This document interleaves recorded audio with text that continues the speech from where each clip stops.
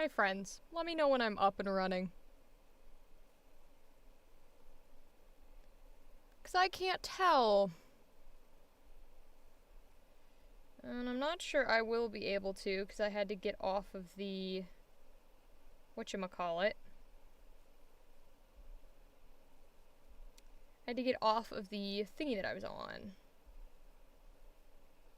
So I don't know if I will be able to tell if I'm live at any point in time. It says that I am, but it's not giving me anything, which is lovely.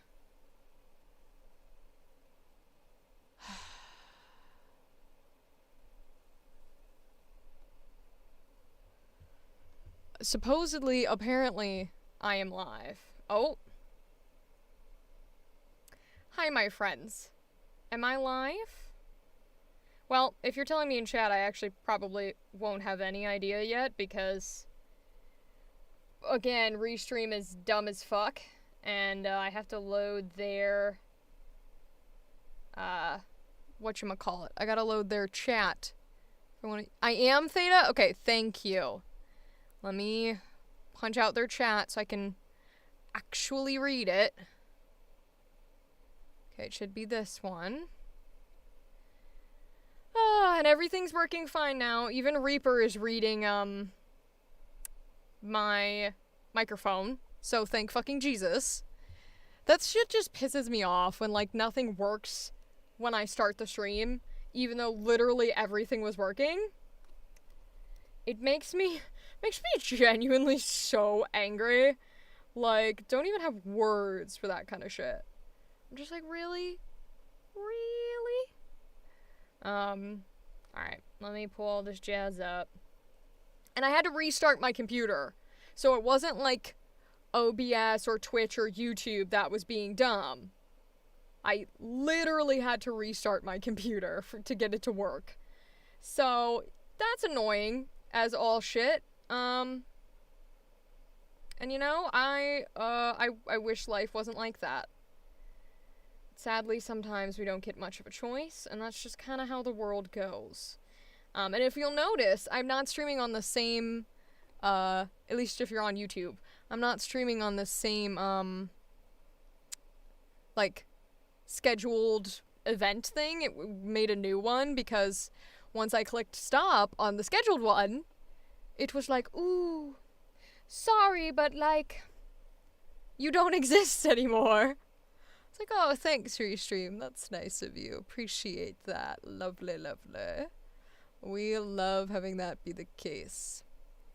Alright, I'm hoping that the chat that I have is the correct chat. I don't know that there's any way for me to check. All I can do is hope and pray. So, hopefully it is. Theta, I didn't catch anything you said after you were talking about historical costumes. So I would love to hear a little bit about your historical costumes while I set everything back up. Yes, got the testing, Theta. Thank you, thank you. I appreciate you very much. You honestly are a godsend, because you're always able to check, like, levels for me of volume. You're able to check chat for me. Like, you're such a fabulous person. And I hope you know that. I'm gonna reset, because we can do an episode of Voicing Artists' Original Characters today. I'm not against it. And I do have everything set up. Depends how much Stream wants to talk today in chat. I'm also happy to, like, talk about anything, whether it's, like, voice acting stuff, or if it's, you know, like, we play games. Whatever we want to do is fine. I figure on an April 1st, on an April Fool's Day, the day after Easter, you know, we can take it a little more general and casual than anything else. And I don't know if I'm able, but there are cute little, I don't think so. There are cute little, like, on Twitch, categories that were made just for today. And I don't know if they'll show up on Restream, so I might not be able to change it. No, they won't, okay. Because I know, like, they added, like, one that was, like, just catting instead of chatting, and they added stuff like that, which was really cute. Happy to help. Just happen to enjoy CosTube. I also offer my services as a dramaturge. Ooh, we love dramaturges. Y'all do so much work. Like, you guys do a lot of work on making things look accurate and making sure they're all ready to go. I genuinely don't think, like, any form of theater would be able to function without dramaturges. Have you worked on any particular, like, plays or anything like that you really like discussing? Because I think that would be pretty dope. While I set all this shit up in case we do an episode today. Because I'm guessing we probably will. Because it seems like most folks want to lurk except for you, Theta, which is totally chill. I love my lurkers. Never actually done it. I just like the research. Oh, okay. Well, you know, there are jobs out there for dramaturgy and stuff. You never know. Although, if it's not your jam, it's not your jam. Totally understand that. But there's always things that you can be looking into. I hear that it's, like, an interesting career. I don't know how, like, fun versus lucrative it is, but I guess if you're already into it, you never know. But then again, it's fun to keep some things as hobbies. There's a lot of things where I'm like, I enjoy doing this, and I know that if I had to do it as, like, an actual job, it would not be fun for me anymore. I'm grateful enough that I like voice acting and like doing it, like, paid. Same with content creation, so pursuing those to hopefully one day be paid. So I'm not worried about that. But, like, I also make, like, resin work. And I think if I had to do resin as a job, I would not be happy with it. Because I wouldn't want to, like, I don't know that I would want to cater to what people want. I like creating pieces that are, like, just fun and silly. And I don't necessarily want to put time and effort and money and knowledge into learning all the different techniques and skills. Popping out of nowhere with fun facts, a viable career? You know what? It could be. I'm not good at, like, there's some fun facts that I retain. Like, I'll retain little things, like, biology-wise, because I remember I really liked biology when I was in high school. Or I'll retain things that are, like, you know, like, interesting things that I pick up or that I hear. I don't go so far as to verify them, though. So if yours are, like, an actual interest that you look through, I think popping in with fun facts could be a career. But also it's kind of fun to just be like, did you know? Do you have anything else that is, like, that's 2, 3, I want 4, that is kind of like hobbies or stuff that you like to do? Because I was talking about the resin work. I would love to hear about people's hobbies where they're like, I don't want this to be any sort of, like, business or anything. I just really enjoy casually doing it. I would love to hear about people's different takes on that. Resin is definitely one for me. I feel like if I was better at it and I had the right tools to like, do fiction writing, I could be an author. 'Cause I do like writing stories and things like that. But I don't think I have the skill set needed to keep on the grind with it. I mean, I barely have the skill set needed to keep on the grind with this.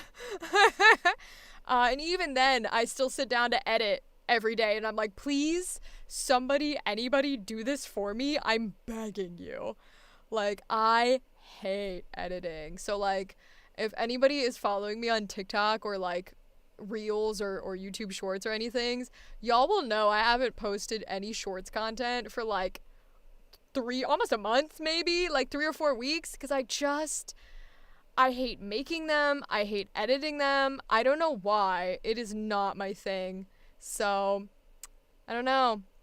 I'm gonna have to figure it out. I would love if I could be in more, like, long form stuff. The Critical Role Daggerheart one-shot just dropped. Hello, Danitsar. How are you? Thank you for following me. I appreciate it. Also, thank you for following because I love that little emote where, like, my creepy little lady comes up and she's like, bah. Hello! Hi to Brazil. Hello, Brazil. How are you doing today? Is it a reasonable time for you right now? I'm not really sure about time zones. I know sometimes I get folks coming in who are like, it's 3 a.m. And I'm like, oh! But we stream pretty late, so you're always welcome to come in whenever. Right now, we're just kind of chatting about hobbies. We might be doing some voice acting stuff later today if I can get everything back up and running. We had to sort of take it out for a second because my microphone was having a hard day. But we're here and we're functioning. So let me see here. Theta, I used to write creatively but have gotten out of practice. Yeah, that's fair. So let me be clear. When I say I think writing is fun, and if I could learn it, I think it would be a fun career, I've never like written. Like, the most I wrote was like fan fiction in high school. Like, I was the nerd in the closet being like, ooh, gonna write about my little boys and stuff. That sounds awful. Oh my god, that's not what I meant. That's not what I meant. Don't clip that shit. What I meant to say was, like, I was 16 writing about 16-year-olds, but that sounds bad now that I'm an adult.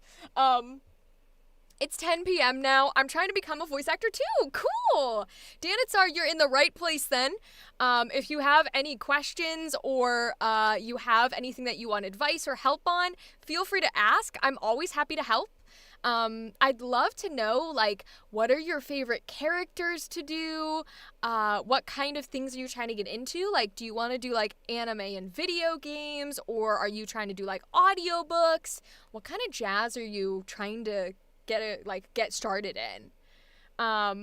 Your Blorbos, you mean? Yes, my Blorbos. That is literally what I mean. How does an agency hire me? I already have a demo reel. Well, you're already in a huge step forward. So having a demo reel, interactive. Okay, got you. So having a demo reel is awesome. That's a huge first step. So the way that agencies will represent you. So agencies don't hire you. What an agency does is they'll choose to add you to their roster.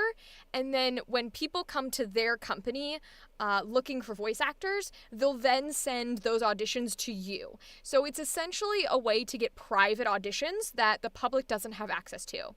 So agencies are super important if you want to be doing more like highly paid work. If you want to have something that you can put on like a resume and be like, look, the kind of work I've done. In order to get an agency to represent you, first step, already done, demo reel. You definitely can't apply anywhere if you don't have one. So you have one, that's awesome. The second thing you want to do is you want to look up agencies either in your area or in an area that you are allowed to work in. So, for example, I'm in the United States, so I would look for any agency in the US because I'm legally allowed to work anywhere in the US. For Brazil, it might be a little different. And it'll change depending on what your rules are.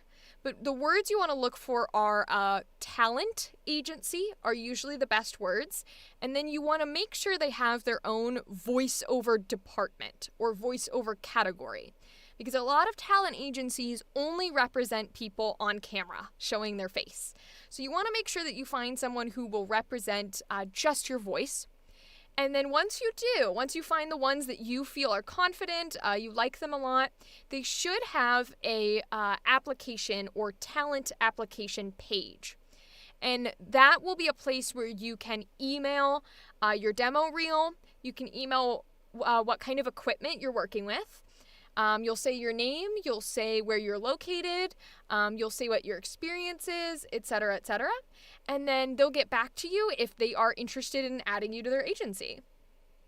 So what you need is a talent agency, right? Yes. So if you want to do it on the professional scale, you do need a talent agency. I'm represented by one near me, but I'm represented by one solely for commercial work. So they don't get a lot of character work, and that's kind of what I want to do. So I usually do my character work through public auditions without an agency, which just means that it won't be things like Marvel or DC or Disney. It will be indie companies rather than big ones. I've already sent it to several people, but I haven't received any response. Unfortunately, that does happen. Unfortunately, it does. Especially if you send it to individual people instead of the agency email. A lot of times individual people will have emails that don't come straight from their agency marked spam automatically. So they won't even get it. It'll go straight to their spam. So make sure you're sending to the agency email, not necessarily like individualperson@gmail.com. It's okay if it's individualperson@agency.com. That still counts as an agency email. But you don't want to send it to their personal email because usually it goes straight to spam. You'll also find that a lot of agencies still won't respond to you. And it sucks. One of the worst parts about this industry is the fact that most big name folks don't take the time to respond. Now, on their fair side to them, they do get a lot of applications, but it sucks on our end because we're like, well, all I was looking for was a little help and no one will talk to me. So how do I move forward if no one will help me? And unfortunately, that does happen. But talent agencies are where you want to look, first and foremost. If you're finding that you've applied to like every single one, you haven't heard anything back, then I would say try and do some public stuff and see if you can have any work building up your resume with public stuff. Is there somewhere I can find an agency? Type some agency recommendations. So unfortunately, it's mostly Google. Mostly what you do to find agencies is you just go onto Google or whatever your search engine is, Firefox, Microsoft, whatever it is, and type in voiceover talent agency wherever you're located in Brazil. And then that should come up with some options that you can go from. If that doesn't work for you, what I recommend doing is find shows or anime or like audiobooks or commercials. Find companies that you or products that you really like. So for example, I might look for I might go to pick a Disney movie I really like. And then you go through the credits and you go, oh, Disney such and such is the company that hires these people. There'll be something in the credits of the show or the episode or the movie that says what company is hiring. Because it's different in Brazil, there's a work card called DRT, which is mandatory to have to be a voice actor. It's what I want, dubbing anime. Yes, I would love to dub anime too. That's one of my big dreams as well, so I totally feel you. I'm not sure about the work card with DRT. Unfortunately, I can't help you there. That's something you would have to look into on your own end to see how that works on your platform, see what's supposed to happen. But once you've got all your ducks in a row or your things figured out, then that is what you're doing, is you're just kind of looking for agencies and applying to as many as you can. But again, if you aren't having any luck there, I would recommend trying to do public indie things. So there is a website called castingcall.club.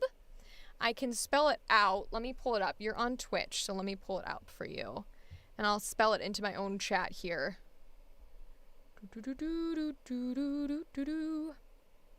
Hi, Dark Mega. How are you today?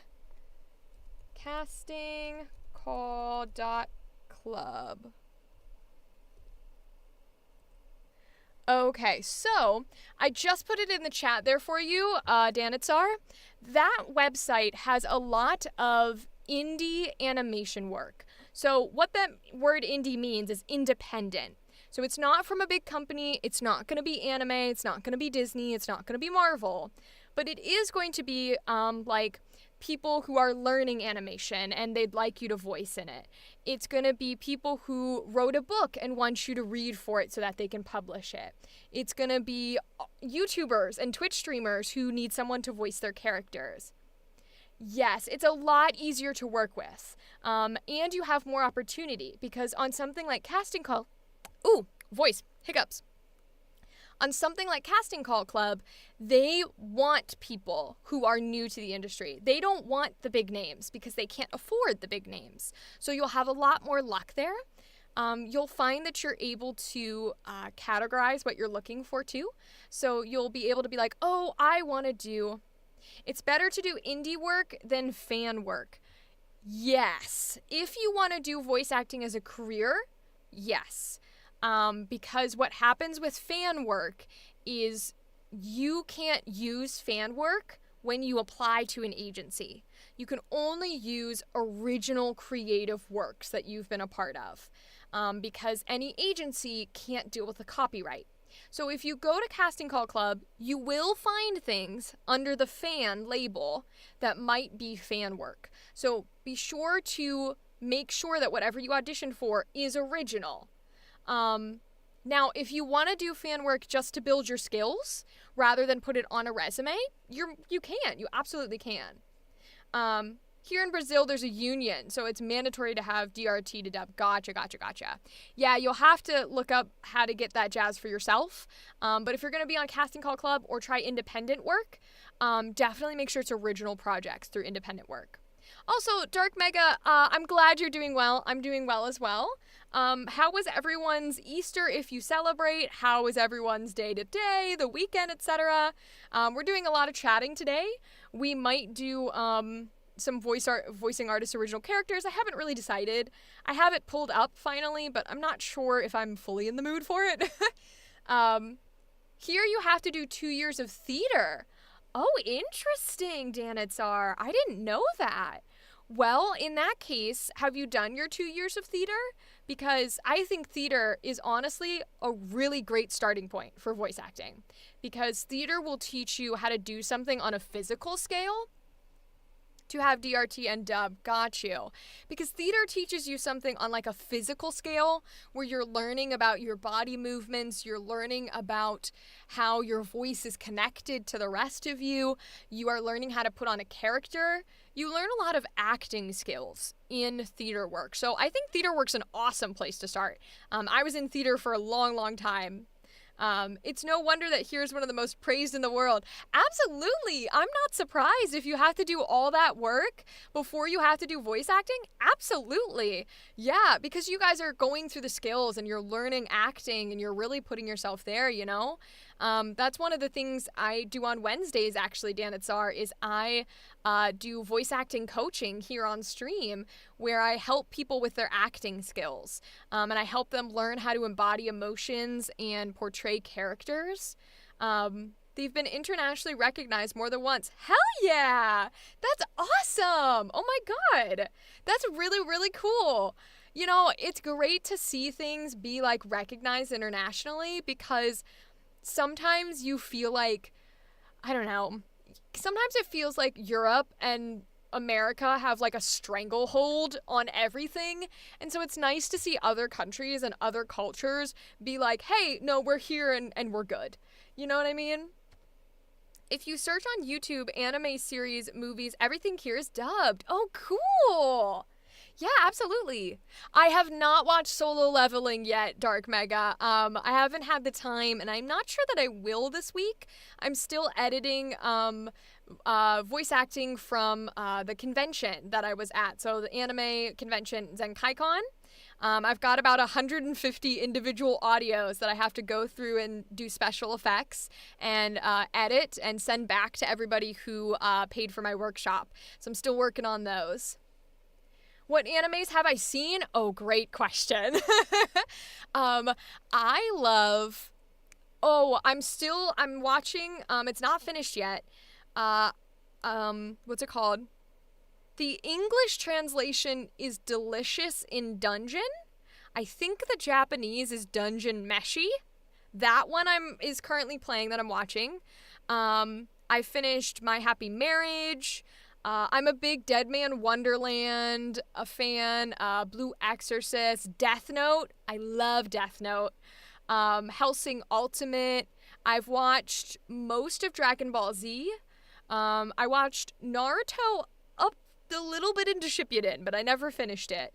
What else do I have in here? Death Note in Portuguese is an absurd classic. Is it funny in Portuguese? Because I think every dub of Death Note is amazing in every language. Like the Japanese is good. The English, crazy. The Portuguese, clearly amazing. Like there's some sort of unique, I don't know how they did the casting or who they hired for Death Note, but there's some sort of unique formula that went into each language's version of Death Note that makes them all incredible. I have some anime you can see. Yeah, Dark Mecha, go ahead and send me whatever you like. I'd love a list. YouTube search? Oh, I'll look it up. I will definitely look it up. It was a very strong casting. Strong as in like good acting, or strong as in like funny? Like, was it so good that it's memorable, or was it like so bad that it's funny? Which side of the spectrum are we on here for Portuguese Death Note? Because I'm curious. Both? Oh no. Oh, not both. Wait, I love that. Oh my god. That's amazing. Oh my lord. I don't know if I don't know it to pull it up at the moment, but that's on my list now. To look up like Portuguese Death Note, absolutely on my list. I get those TikTok clips of like songs dubbed in other languages. So it's like Mulan, but in the original Mandarin or things like that, which is really interesting to me. We have the magic of being able to do both. Good for you. I mean, you were telling me earlier, y'all are amazing. Yavir, yes. Hello, Yavir. It's good to see you again. I'm glad you're here. Yeah, it's definitely on my list. Mashal, okay. Dosanka Gao, Namara Menkoi. Oh, these are the Japanese titles. Ooh, I don't know. Search even if you don't understand anything. The expressions are strong. Hell yeah. I will definitely look at. I haven't seen these yet, so I don't know Japanese titles very well because I'm sorry to disappoint my anime fans. I am a dub watcher. I like watching the English versions. Now, of course, I'm going to enjoy Portuguese Death Note. I'll find subtitles. But I like watching English versions of things. Dub for the win. I'm just not a sub person. But I will look those up, Dark Mecha. Thank you for putting them in my chat. I'll add them to the list. Out of curiosity, where did the Daggerheart one-shot get posted? Excellent question. So for those who don't know, my debut into the actual play community, which is things like D&D, Candela Obscura, Daggerheart, you might know them like Critical Role, or Dimension 20, or things like that. My debut into the actual play community happened today. I'm in Queer RPG's Daggerheart one-shot. So Daggerheart is in beta. It is a new D&D style TTRPG, or tabletop role-playing game, that Critical Role is creating. So they're in test mode right now, and you are allowed to test them live and stream them. So I'm in Queer RPG's test of it, and I played like a very like angsty bad boy. I played a demon, so he was very like ugh style of energy. It was so much fun. You should be able to find it. Let me double, triple check so you guys can listen to it. I think it's on their YouTube, but I might be wrong. Let me pull it up. Queer RPG.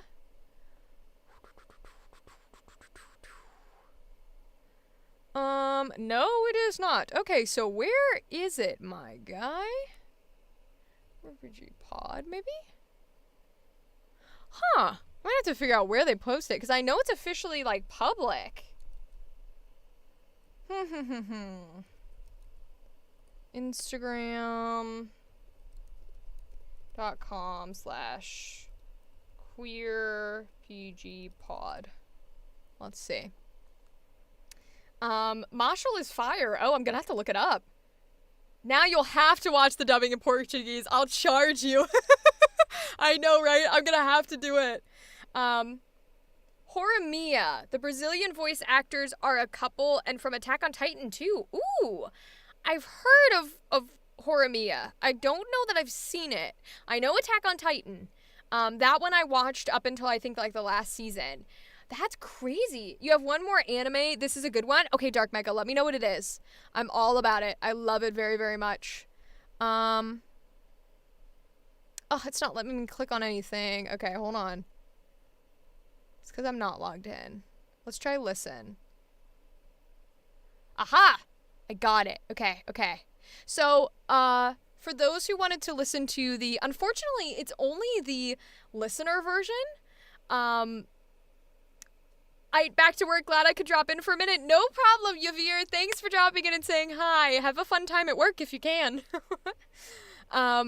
So Theta, and for those who wanted to listen to the Daggerheart beta that I'm in, it is on Spotify, Apple Podcasts, Google Podcasts, and Player FFM. So let me get the Spotify link for you all, and I'll put it in chat here. Open URL. Oh, is it not gonna... Let's try open link in new tab.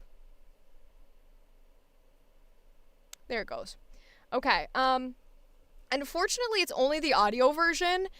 They are not dropping the visual version. They're only doing clips that have the visuals, which sucks because I think I look cute and I dressed up all cool and I like having visuals of myself because I think it's really helpful for the way that I play and my personality. But that's the link, so you guys can listen to it if you want to. No worries if you don't. Actual plays aren't everybody's thing. Play Portuguese dubs of animes to listen to. Is it on Spotify? Yes, Dan Itzar, it is. It just dropped. I want to say it's maybe 3 hours. It's technically the second thing I've done with Queer RPG, but this one's coming out first. So, absolutely, Theta. Thanks to you guys. You guys listening to it is honestly amazing. And when Candela drops with Queer RPG, that one is visual. So I think you guys should be able to actually watch it because we dressed up in costumes. So hopefully you'll be able to actually watch that one because I was a himbo on that one. I was the very funny, stupid guy. Spy Family was surreal. The dubbing was very strong. Okay, now I have a friend who loves Spy Family, and they keep telling me to watch it. And so maybe I'll do one better. I'll watch Spy Family in Portuguese, and then I'll tell them that I watched it. Oh my god, I would love that. Wait, okay, that's the plan now. That's the plan. I'm gonna watch it in Portuguese, and they're gonna not know. I will, Danitzar. I absolutely will. Oh my god. I'm working my way through Fantasy High sophomore year at the moment. Oh, that's Dimension 20, right, Theta? I love Dimension 20. I haven't watched any of their actual plays, but I keep getting TikTok clips, and I'll sit there and I'll be like, this is incredible. It's amazing. I don't have the time to sit down and invest, and I wish I did. It's mandatory now. Put the audio on. Literally, like, I'm gonna have to listen to it because I believe your hype very, very much. And people keep telling me to watch it, so I feel like if I just do it straight in Portuguese, I'll have to have subtitles though, because if I don't know what they're saying, it might be a little difficult to have a conversation with somebody who's already watched it, because they might be like, oh yeah, do you remember this one time that they did such and such? And I'll be like, and I won't actually know what happened. Oh my lord. That would be so funny if I'm just like, oh, sure, I remember it. Oh, you mean listen to it now? You want to see my reaction? I'll see if I can find it. Let's see if there's like little dubbing clips that I can watch here. Spy Family. Portuguese. You're curious? Yeah, that's fair. Portuguese. Alright, let's see. Spy Family Portuguese dub. I wonder if they can do English subtitles as well. Or maybe have like generated whatchamacallit. Let's see. Listen to Death Note too? Sure, let me see what I got. Ooh, okay, they have a clip in different languages. So I think we might try this one instead. Hold on, let me see. Okay, yeah, they have it in they have like a clip of it in multiple languages, so we might try this one. So let me see if I can move it so you guys can see it too.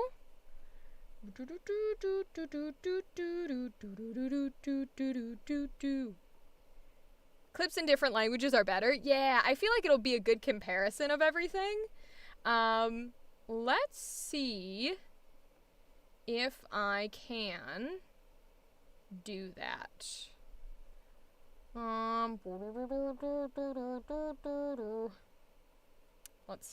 Let's see. It would be this one. Okay. I think everything looks okay. I think so. Let me pull it up.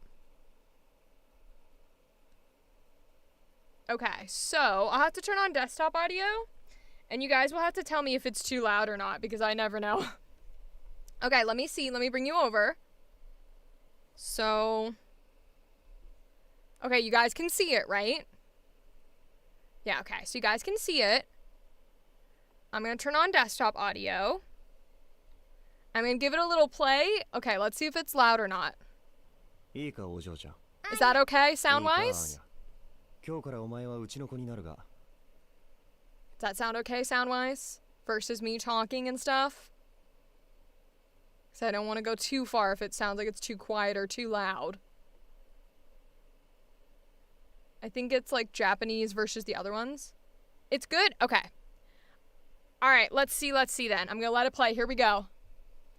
So this is Japanese.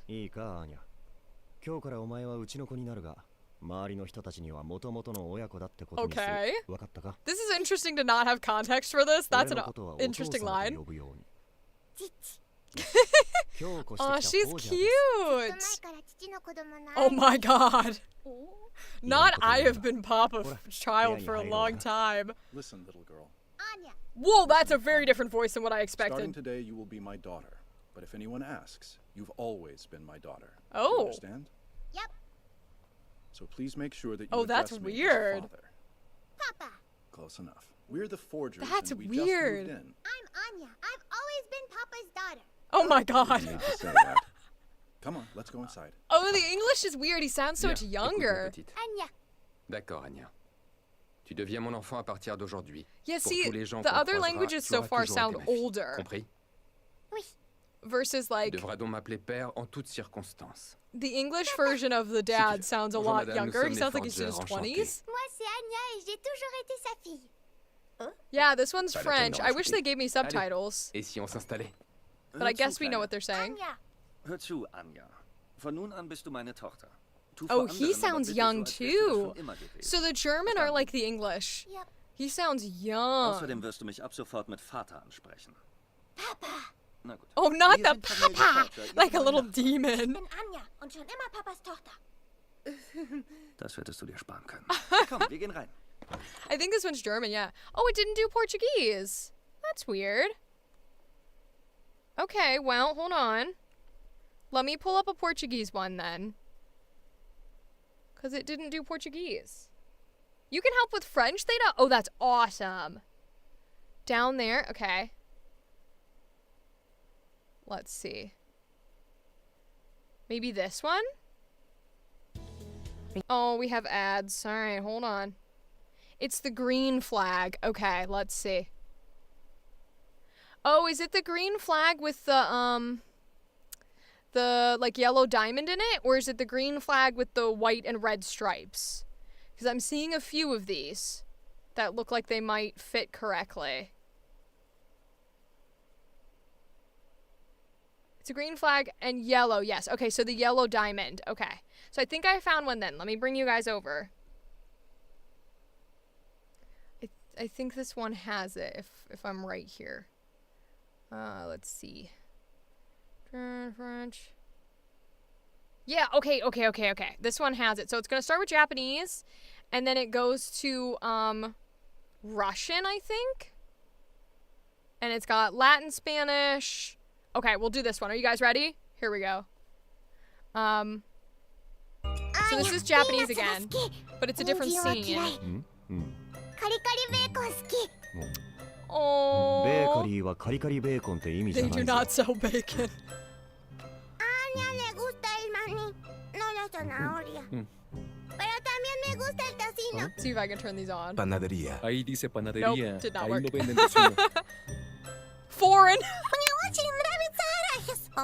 Oh, automated subtitles are awful, huh? Okay, we'll turn them off.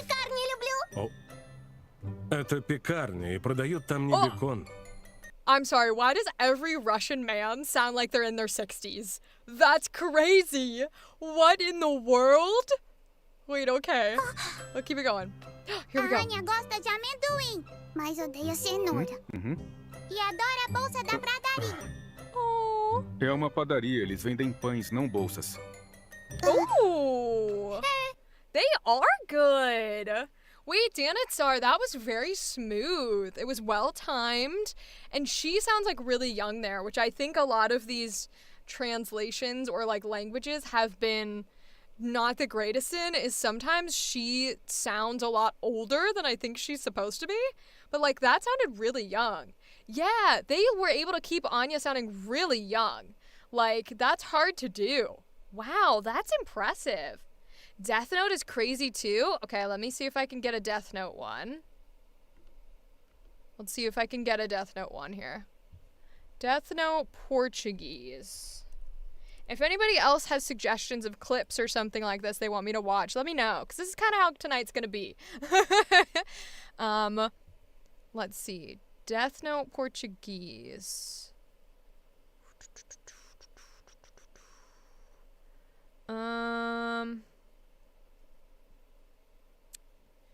That's French and German. Well, they have the laugh. But it doesn't look like they have any lines, so we'll just do the laugh real quick and see what it sounds like here. Okay, here we go. Ready? Here's the laugh.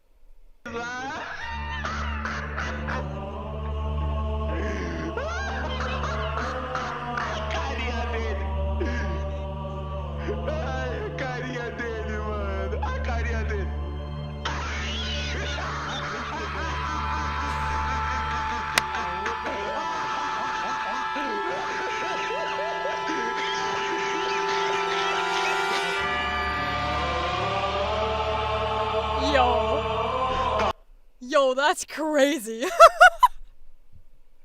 That's the craziest shit I've ever seen. Oh my god.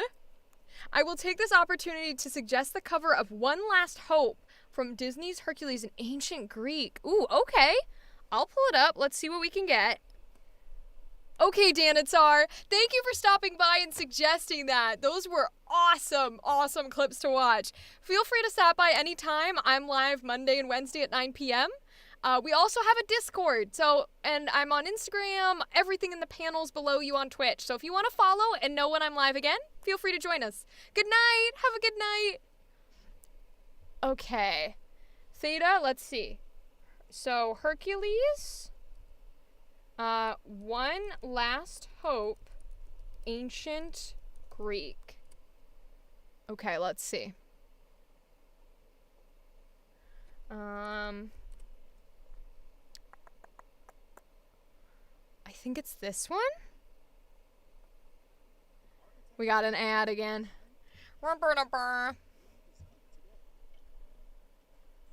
Okay, I'm gonna pull it up. Let's see. Alright, Theta, this one's for you. Let's see here. Now, I know these words, so we shouldn't need too many captions here.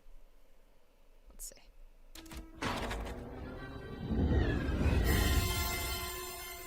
Hell yeah.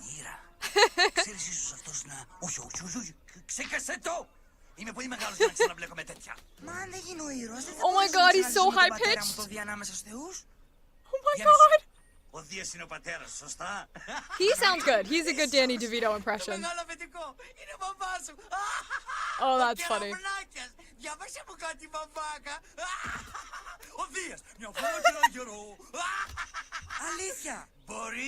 Oh my god. Hercules sounds like a child. Hercules sounds literally like it's an 8-year-old. Meanwhile, whoever's doing Phil is doing a good Danny DeVito. I give them that credit. Ωστε θες να γίνεις ήρωας, μάγκα, τι μας λες? Σαν εσένα είχα κι άλλους, μας στο τέλος, τι τα θες? Okay. Σκέτη απογοήτευση και πίκρα, πώς, δεν έχω σωτηρία. Okay, wait. He just said A, and that is not the mouth shape that he made. Wait. Σαν εσένα είχα κι άλλους, μας στο τέλος, τι τα θες? Σκέτη απογοήτευση και πίκρα. Πώς, He literally had his mouth closed, and the dub was like, "Hey." Oh, this is the modern Greek one? Oh, do you want me to try and find the ancient one? Okay. Let me try and find the ancient Greek one. Let's see here. Ancient Greek. Okay. Okay. Yeah, I'm getting versions in Greek. I don't see anything that says ancient, though.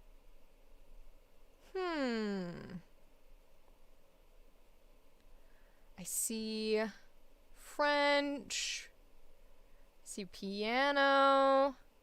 Covers. I see multi-language. I don't see any that are ancient Greek theta. Italian. Well, that might be the one that we'll just have to go based off of. Either way, though, it sounded very cool.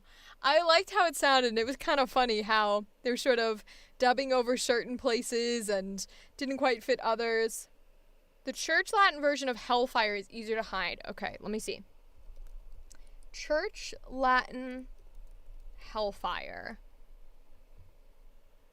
Hellfire in Latin. Okay. Now it doesn't say Church Latin, it just says Latin. Is that going to be the right one? There's Spanish. There is live. Okay. I'll pull it up. It doesn't say Church Latin, it just says Hunchback in Latin. So I'll pull it up. Let's see. Okay.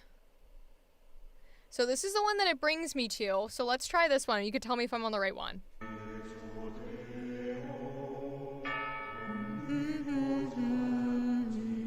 God, I love Hunchback so much.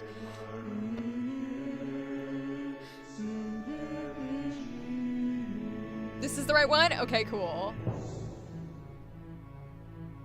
Oh, he's got a nice voice. Okay.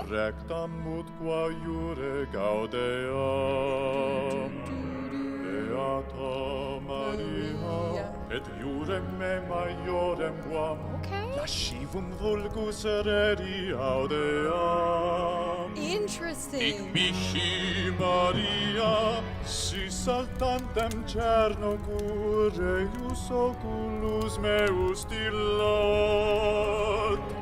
Okay, one thing I'm noticing is it's doing the same thing that the English version does, where it very purposefully is ending phrases in sounds that can be held easily as notes. So this is going like, it's ending with a la sound, which you can hold really easily. So it lends to the sing-songy, powerful church style of like Latin vocals.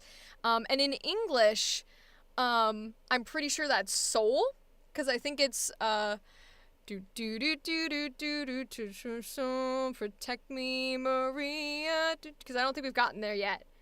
But we might have gotten there yet. But either way, in the English, they end in very strong, like, vowels that, as an English singer, we are able to hold and keep going, which is something that they're doing also in this church Latin, which is really, really smart. I mean, it might not be on purpose, but I know with Latin you can mess around with what order the words go in, so it also could be on purpose. And if it is, it's brilliant here. Percepte conspecte sol nigro crine nectitur et de flagrando furio. Because that would be soul. So, yeah, but they're changing where the words are at so that they're still having that long held note that leads to this beautiful soulful belt, whereas we had it in English as well. This is well thought out. Maligni, o corpus ardet ne. Ooh, I love the rolling he's doing on some of these words. indigni, peccata perludac. Something that I find interesting when things are originally done in English and then translated into other languages for music is they have to match the beat, right? And so they have to try and fit words in a specific way that convey the meaning similarly, but also fit the beat of the song. And he, like we said, doing a great way of pulling it out. But the other thing that makes it interesting is because of the way English is done and because it's originally done for us, we usually specifically, when we do songs, will not put words held out in the middle of their syllables. So for example, the pelunt, I don't know how it's pronounced, but that word, he did that in 2 separate notes of the song because where he was at in the English part of the song are 2 separate words. We wouldn't do half of the syllable and then wait, then say the other half of the word. It's just not something we do unless, again, we're purposefully writing it that way. But usually we don't. So I find that when you translate it into other languages, you often have to separate your words so that you're saying half of the word, pausing, half of the word, because that's the pacing that you need. And I don't know because I'm not a native speaker, but I feel like that probably is annoying as fuck, like to hear that paced out, because you're like, why are you pausing in the middle of a word, dude? Stop doing that. I know it would be annoying for me. So I always wonder if that's a case, because separating a single word in 2 separate beats is like, brain hates it. But it has to happen a lot when you're translating from English. Not my fault. Ne criminor, nam strixa tinga na comburi tegrum cor. Ne criminor, si domine, fecisti satan forzione po. Interesting choice. I guess it would make sense to be Satan rather than the devil, but having Satan in there is interesting because, I mean, it's church Latin and it's Catholicism, right? So for Catholics, it is Satan. It is not the devil. That's not what he is. He is Satan. So it's an interesting point to pull from, to literally be like, he made Satan, which in this context, in the religious context, is a being. It's not, oh, he made this random evil figure so strong. He made original sin so strong and it pulls me. No, he made a person. He made a figure. He made a being. He made an actual creature that is trying to sway me. So it makes it more, like, tangible that Frollo is actually fighting against a real living thing that's trying to sway him versus fighting against these mystical powers of sin, right? And when you say Satan, it's very like as if he's in front of you and is literally like, come to me. I like that choice a lot. It makes it more human and personable and tangible. Defende Maria, mea sirenis vocibus, remota nobis illa pedasit. Confutas madagdam, et adic flavis acribus, autina cuna manu predasit. I would have liked if he went a little more to the original there, where he was a little bit softer and a little bit sweeter, because Patrick Page is known for his very low, very strong, very vibrato vocal tone, which is he's doing a great job mimicking in this sound. But this part in particular, Patrick goes up and he does like, or else let her be mine. And it's very flowy and soft and high for Patrick. Not high for me, but high for Patrick, right? Because that's way in at the top of his vocal range. And I liked it if he would have mimicked that a little to make it a bit more like soft and sweet and like pretending like we love this woman.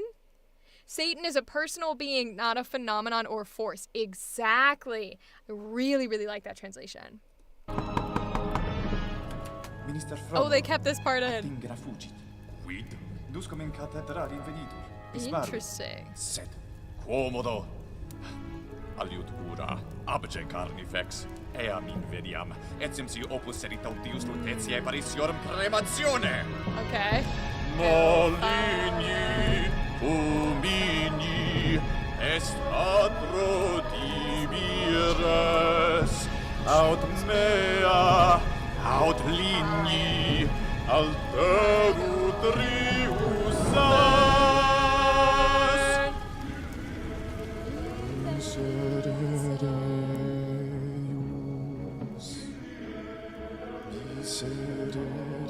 mei,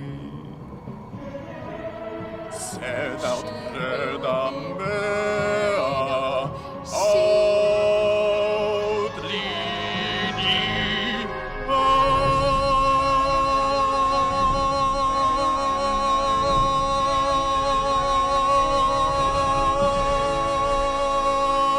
est.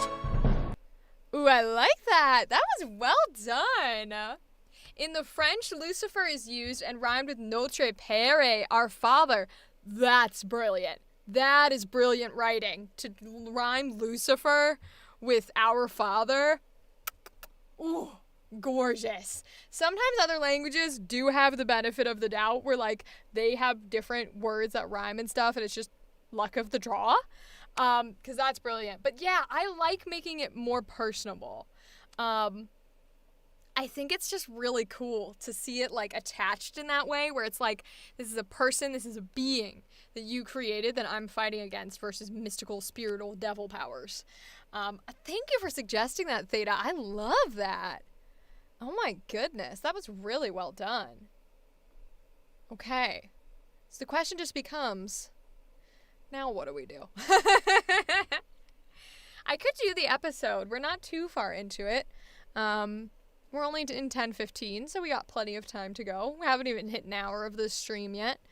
I'm just deciding here if we want to chat about more things, if we record. I never really know anymore. What is this? Oh, it's just letting me choose things individually. Alright, well, if we have nothing else that we want to listen to or chat through, I can do the episode of voicing... Yeah, thank you, Theta. I can do our episode of voicing artist original characters. So let me make sure I've got everything pulled up. Because what I would do, I would want to make sure I'm showing you guys the visuals. Okay. Visuals are present. Music is off. Okay, you should be able to see it. Devil is derived from Greek diabolos, obstruction, adversary, or slanderer. Interesting. Obstruction is definitely an interesting word choice there because, again, the devil in, like, pagan construct is a person, so to speak, or a creature. But it's also just kind of like forces. And it's got a lot of the idea of just magical sort of omnipotent forces rather than a physical actual being you're fighting against. Now that said, I love the song The Devil Went Down to Georgia. So, like, in that he's a physical being, you know. So it kind of just depends on what you're doing and what you're about. But I still think, especially Lucifer, but I definitely think Satan is a lot more personable than devil. So I like it for that roundabout. Yeah, because I guess adversary and slanderer would be like the version of the devil that's like personable versus obstruction is the impersonable. So that makes a lot of sense. You know what's funny is the fact that this is still titled like Demons in the Circus. We're basically still talking about demons because we're talking about Satan and Lucifer and the devil, you know. So we're still talking about it. It's still themed correctly. Still themed correctly, all right? Thank you very much. I can probably change the YouTube one so it's hashtags. That way people can actually find it if they want to. I know on Twitch, you're supposed to use the little, like, exclamation points. So that's why I do it on there, but I can change the YouTube one so that way people can find it if they want to. Because I think some people look up with hashtags, but I could be wrong. Maybe they don't look up with hashtags at all. Maybe they just... I mean, I could be wrong with who even, like, looks on YouTube streams, to be honest with you. Let's see. I think in our rationalistic culture, we have a tendency to reduce him to a metaphor. Yeah, we do. We absolutely do. We very much like to use big, crazy, spiritual, metaphysical things, and use them out of context. I mean, we like to use everything out of context. That's where we get phrases like earlier I said, your ducks in a row, right? Like, we use all sorts of phrases and things to get placed and put into other areas. But definitely with like the devil and concepts of demons. I mean, hell, Has-Been Hotel and Helluva are airing, right? So we have lots of ways that we love to play with the idea of demonology and the concepts of Lucifer versus all the other angels versus demons themselves. Like, is Satan Lucifer? Is he a different thing? Which, I was going to call it lore. People might be upset with that. Which, like, telling do we go by? Because if you go by Catholicism, there's different things from, like Judaism or, you know, all sorts of different religions are going to have different ideologies on what goes to where. And so it's interesting what you pull from and what their views on things are. Because there's also a lot of stuff that does heaven or hell, Satan, the devil, whatever you want to call him, and then a holy godlike figure without doing things like, like Jesus and Christian stuff that Christianity does, because a lot of religions, even things like Greek and Romans, right, or Norse, have their heaven and hell. They just have multiple gods or multiple demons or things like that. We talked about this last week with Down with the Ship. We did! You're right! I totally forgot about Down with the Ship, but you are 100% correct. Oh my gosh. I really forgot about Down with the Ship. This is going to happen every time. Every time we're going to discover something new where I'm just like, oh, there's like all these metaphors and possibilities of things that I don't know where they come from, or I didn't realize we were doing them. And it's interesting to like delve into the history of them. I think that shit's cool. Okay. Yeah, I'm trying to like figure out what more we want to, because it's kind of like chill today and doing things. I could probably do this episode if we wanted to. Let me check my calendar for a second, because I'm gone. I don't know if I'm gone in 2 weeks or next. It's not next week, I don't think. Let's find out. Oh. It's a lot sooner than I thought. So I have another convention next weekend. So I will be live Monday. I won't be live that Wednesday. Okay. So I'll be live this Wednesday because we got another voice acting coaching episode. And then Monday, but not that Wednesday. Okay. So we don't have to do the episode today if we don't want to. There's a book called Metaphors We Live By that might be of interest. Ooh, let me look it up. What is it about? Theta. Metaphors We Live By. Ooh. Okay.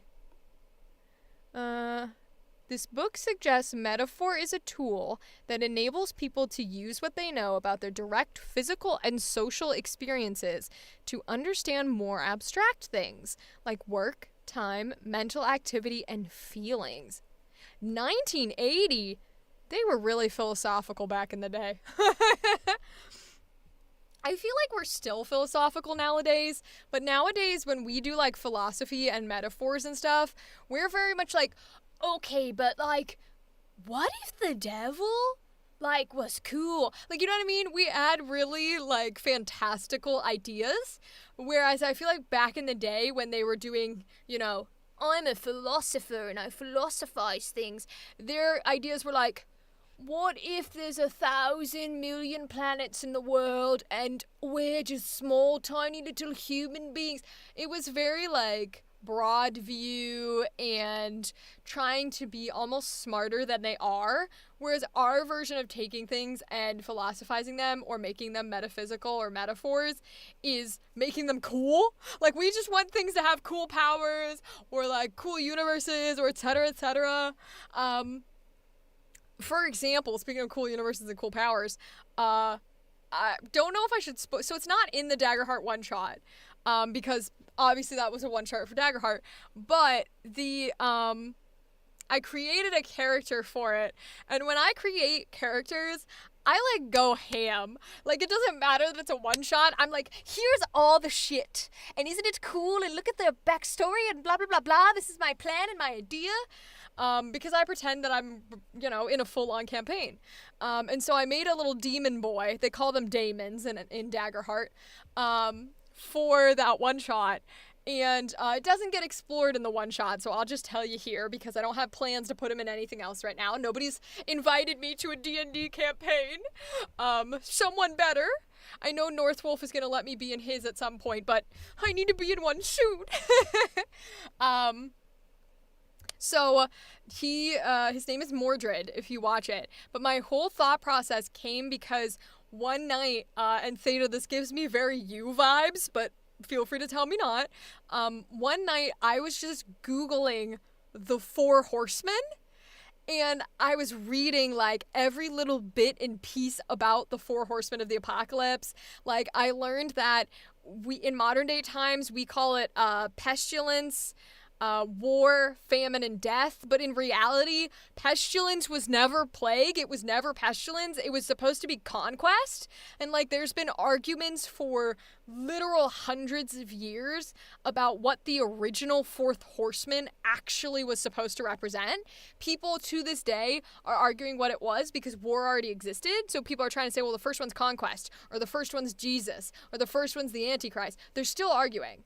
The collective agreement is conquest, but like collective agreement in quotes. And so I was researching all of this and I was like, this is so cool.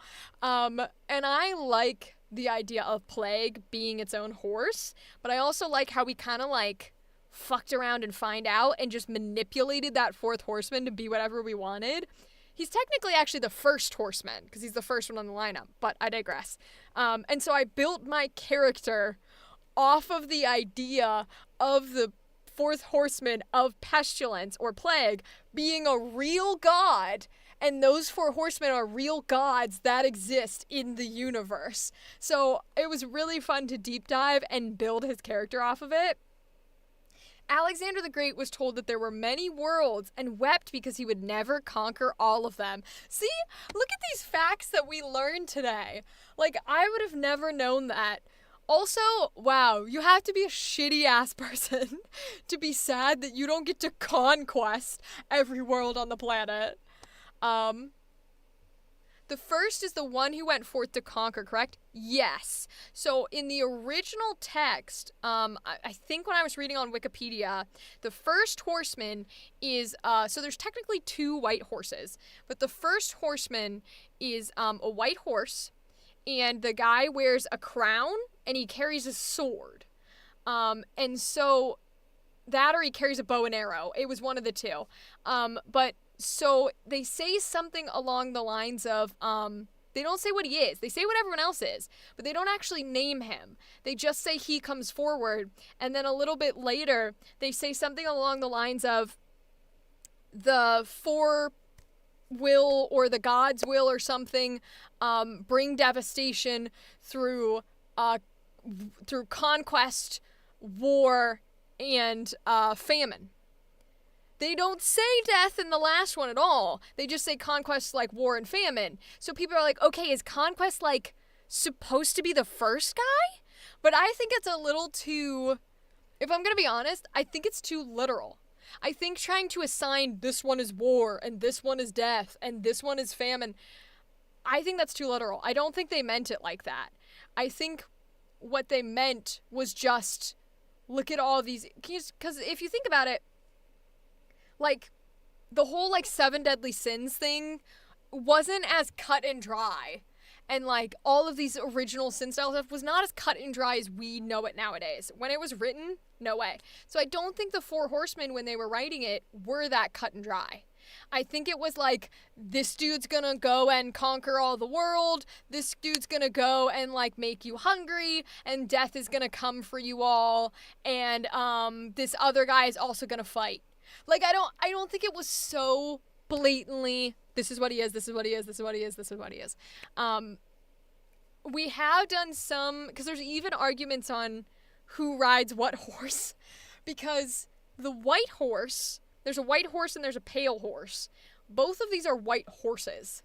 So the white horse with the conquest, or what we consider pestilence, there's an argument of like, this is actually like a real white horse where it's got pink skin, or this is actually the gray horse where it has black skin, because the way that they describe Death's horse is a pale horse.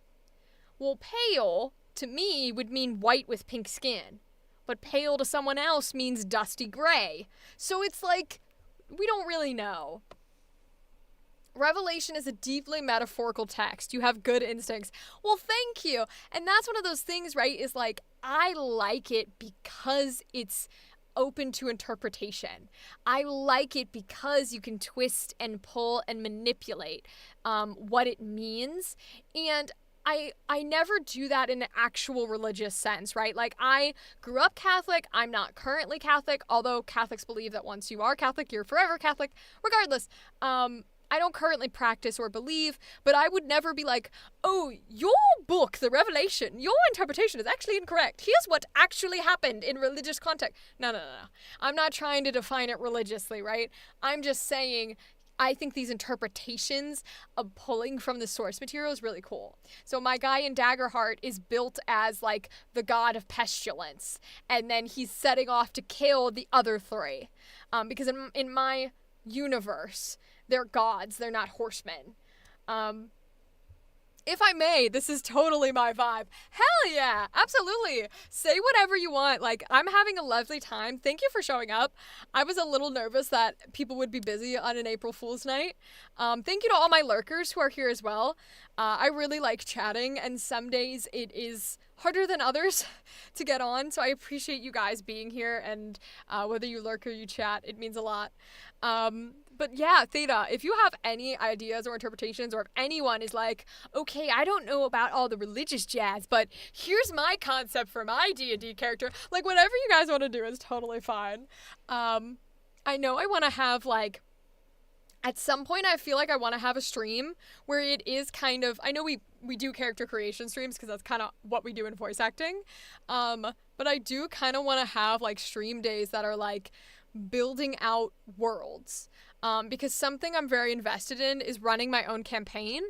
And so I think it would be really cool to have like Saturday streams or something that we were going to make a different topic where I'm just sort of, you know, working with chat and working with everyone to develop a world, to develop history, to develop plot. And then as, you know, people come in, they can build their characters and stuff. I think that would be a lot of fun. But I don't know. We'll see what happens. I would love to. It's just one of those things where, you know, I'm supposed to be making content that gets posted like daily. You're technically not supposed to stream. Big Ben Bittner vlogging and gaming. What kind of voices do you do? Hello, Big Ben. Welcome. I can do a bunch of different voices. I usually do like some of the higher pitched ones, so like children. I can do a lot of children's voices. I can do like the sultry sexy woman down there in the villainous voice. I can do the like anime protagonist boy. That one's fun. It's very much just Ash Ketchum. But that's what the voice is it's just Ash Ketchum, but he's my like anime protagonist boy. Can I do any Disney voice acting? Depends what you want.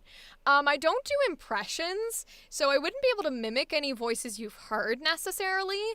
But there is a Disney princess voice, so I call it my damsel. It's the hello, little bird. Sweet dreams. I can't wait to go on this adventure with you, with all of my lovely animal friends. So that's kind of the Disney princess voice. It fits for like a Snow White, a Cinderella, like the classic era Disney princesses. There's often, what other Disney style voices? I know, that one's fun. There's Sometimes it's really funny to do a very bad Merida impression where you go, if you could change your fate, would you? I never get tired of that one. Oh my god.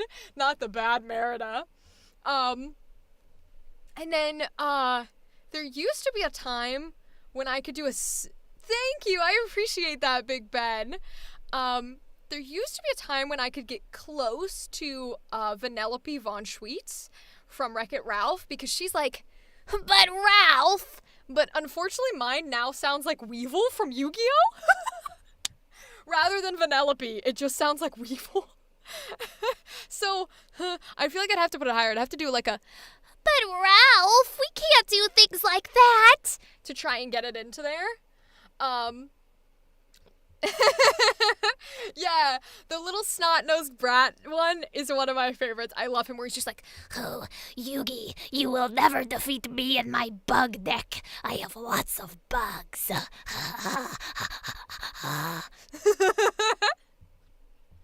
I love the Yu-Gi-Oh voices.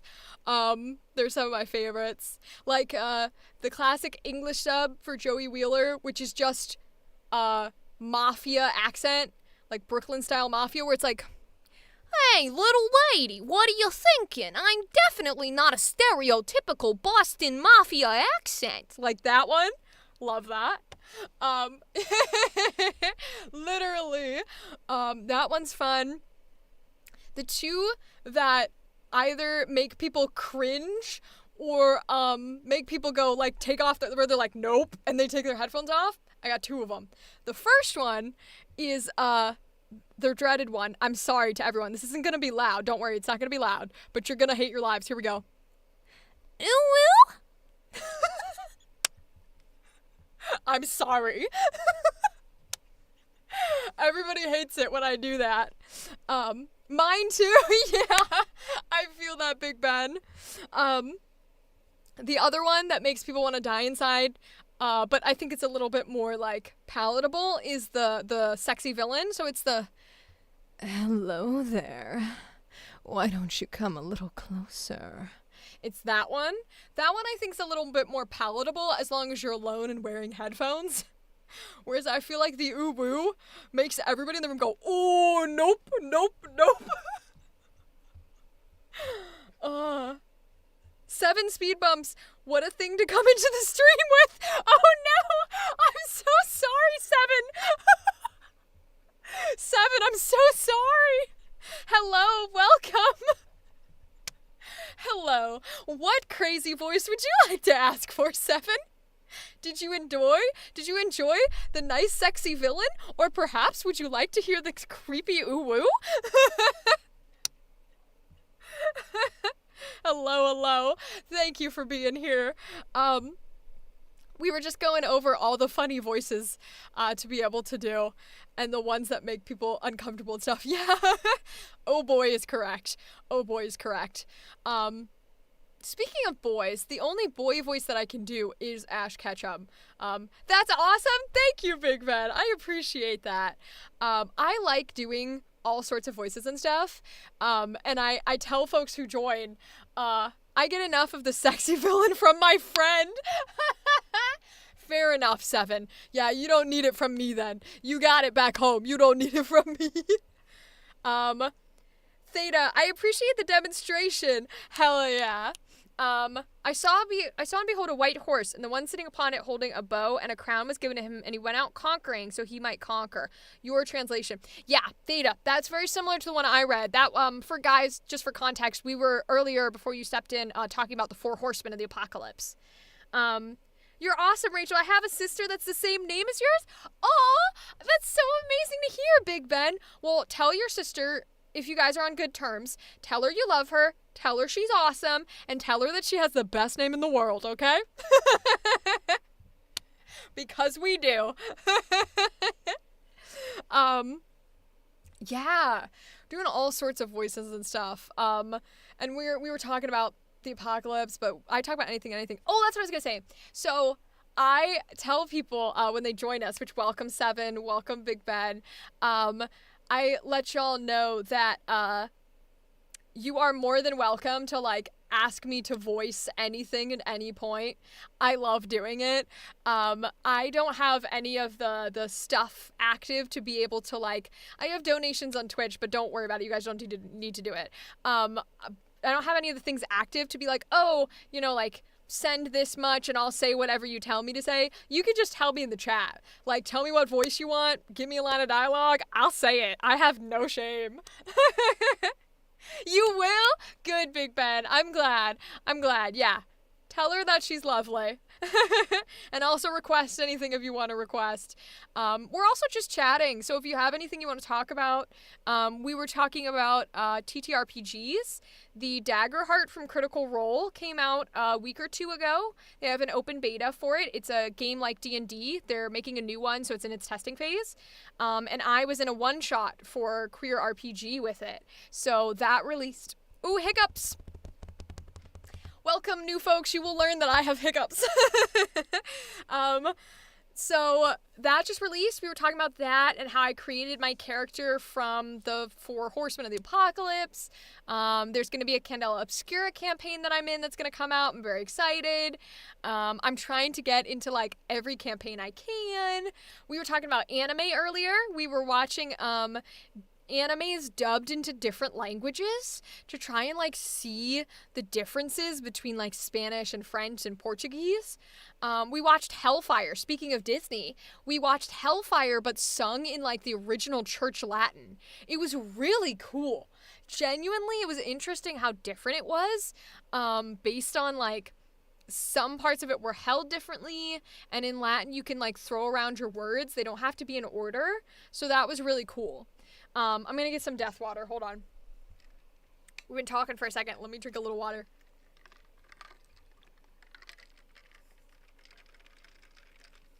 For my new folks, we also have a lot of lore. Not a super huge amount, but we like to give Rachel lore. One of the secrets that folks who watch my edited YouTube videos don't know, and only people who join us live know, is that this is not actually water. The only thing you're supposed to have when you're doing voiceover work is water. So don't follow my, don't copy me because I'm bad. I'm a hypocrite. This is Diet Pepsi. You're not supposed to have caffeine. So we call it death water. And it's a joke between everyone who joins the live streams. Oh, I love to do that type of stuff. Just the other day, me and my other friend were looking at Has Been Hotel songs in different dubs. I love Has Been Hotel. Oh my goodness, 7. You've got to tell me who's your favorite character, and then I want you to psychoanalyze me. I know you just met me, but I want you to psychoanalyze me. Who do you think mine is? I'm going to guess yours. I will guess yours, even though I don't know you. I think your favorite character is going to be Alistair. I think it's Alistair. Hi, Dark Mega. Welcome back. What were you cooking, Dark Mega? I'm curious. That's cool. I come check your lives more, and I subscribe as well. Thank you, Big Ben. I appreciate that. I go live every Monday and Wednesday at 9 p.m. But you can also follow me on Instagram, TikTok, Twitch. We have a Discord server that's on... I think it's only, I don't know if I listed it on YouTube or not, but you can find it somewhere. I can also put it in the chat if you're interested in the Discord server, and they'll just tell you when I'm live. Meaning in Latin is dependent on word form, not word order. Okay, thank you, Theta, because I thought you were able to change the order. Twisted Doodles, hi! I was just wondering if you plan to do the OC voice acting today. Love your stream so far. Hello, Twisted. It's good to see you. I do have it set up and ready to go.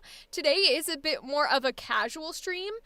So I was talking with chat, seeing what they want to talk about. And so we haven't done it yet. We might do it tonight. I'm not sure. We do usually do it every Monday, though. Do you have a certain time frame that you were looking to stick around for, or did you need to peace out? Let me know, and we'll see if I think we can get to it in the time you're still here. One of my favorite, but my top favorite, is tied between Vox and Zestial. Ooh, okay. I love Vox. Vox is a king. He's an absolute... I love characters like that are like so egotistical and so far up their own ass, but they're like, they're not powerful. You know what I mean? Like, they're powerful, but are they? You know, it's funny. I love them. Zestial is an interesting choice, though, because I don't think I've ever heard anyone say Zestial, and I applaud you. Not like as a like, oh, you picked Zestial, but genuinely as like, thank you for picking a cool character that we need to see more of. I think that's dope as hell. Fried rice. Ooh. Dark Mega, do you put like other things in your fried rice? Like, do you put like eggs and like tomatoes and things like that? Or do you just make fried rice? Because I tried to make fried rice a few times and I was following recipes that put like eggs and stuff in them. And it was pretty good. I'm going to make a guess and say your favorite character from Hazbin Hotel is Rosie or Charlie.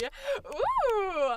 Okay, so excellent guesses because I know I give very energetic and like very poppy energy. So Charlie's an excellent guess, but believe it or not, the black lipstick, and I actually look pretty gentle today. Usually I'm very dolled out in like goth and punk attire.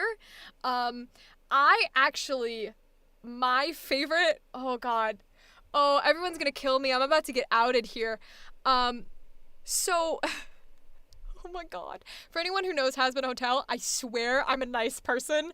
Maybe. I swear I'm not a horrible person. My favorite's Adam.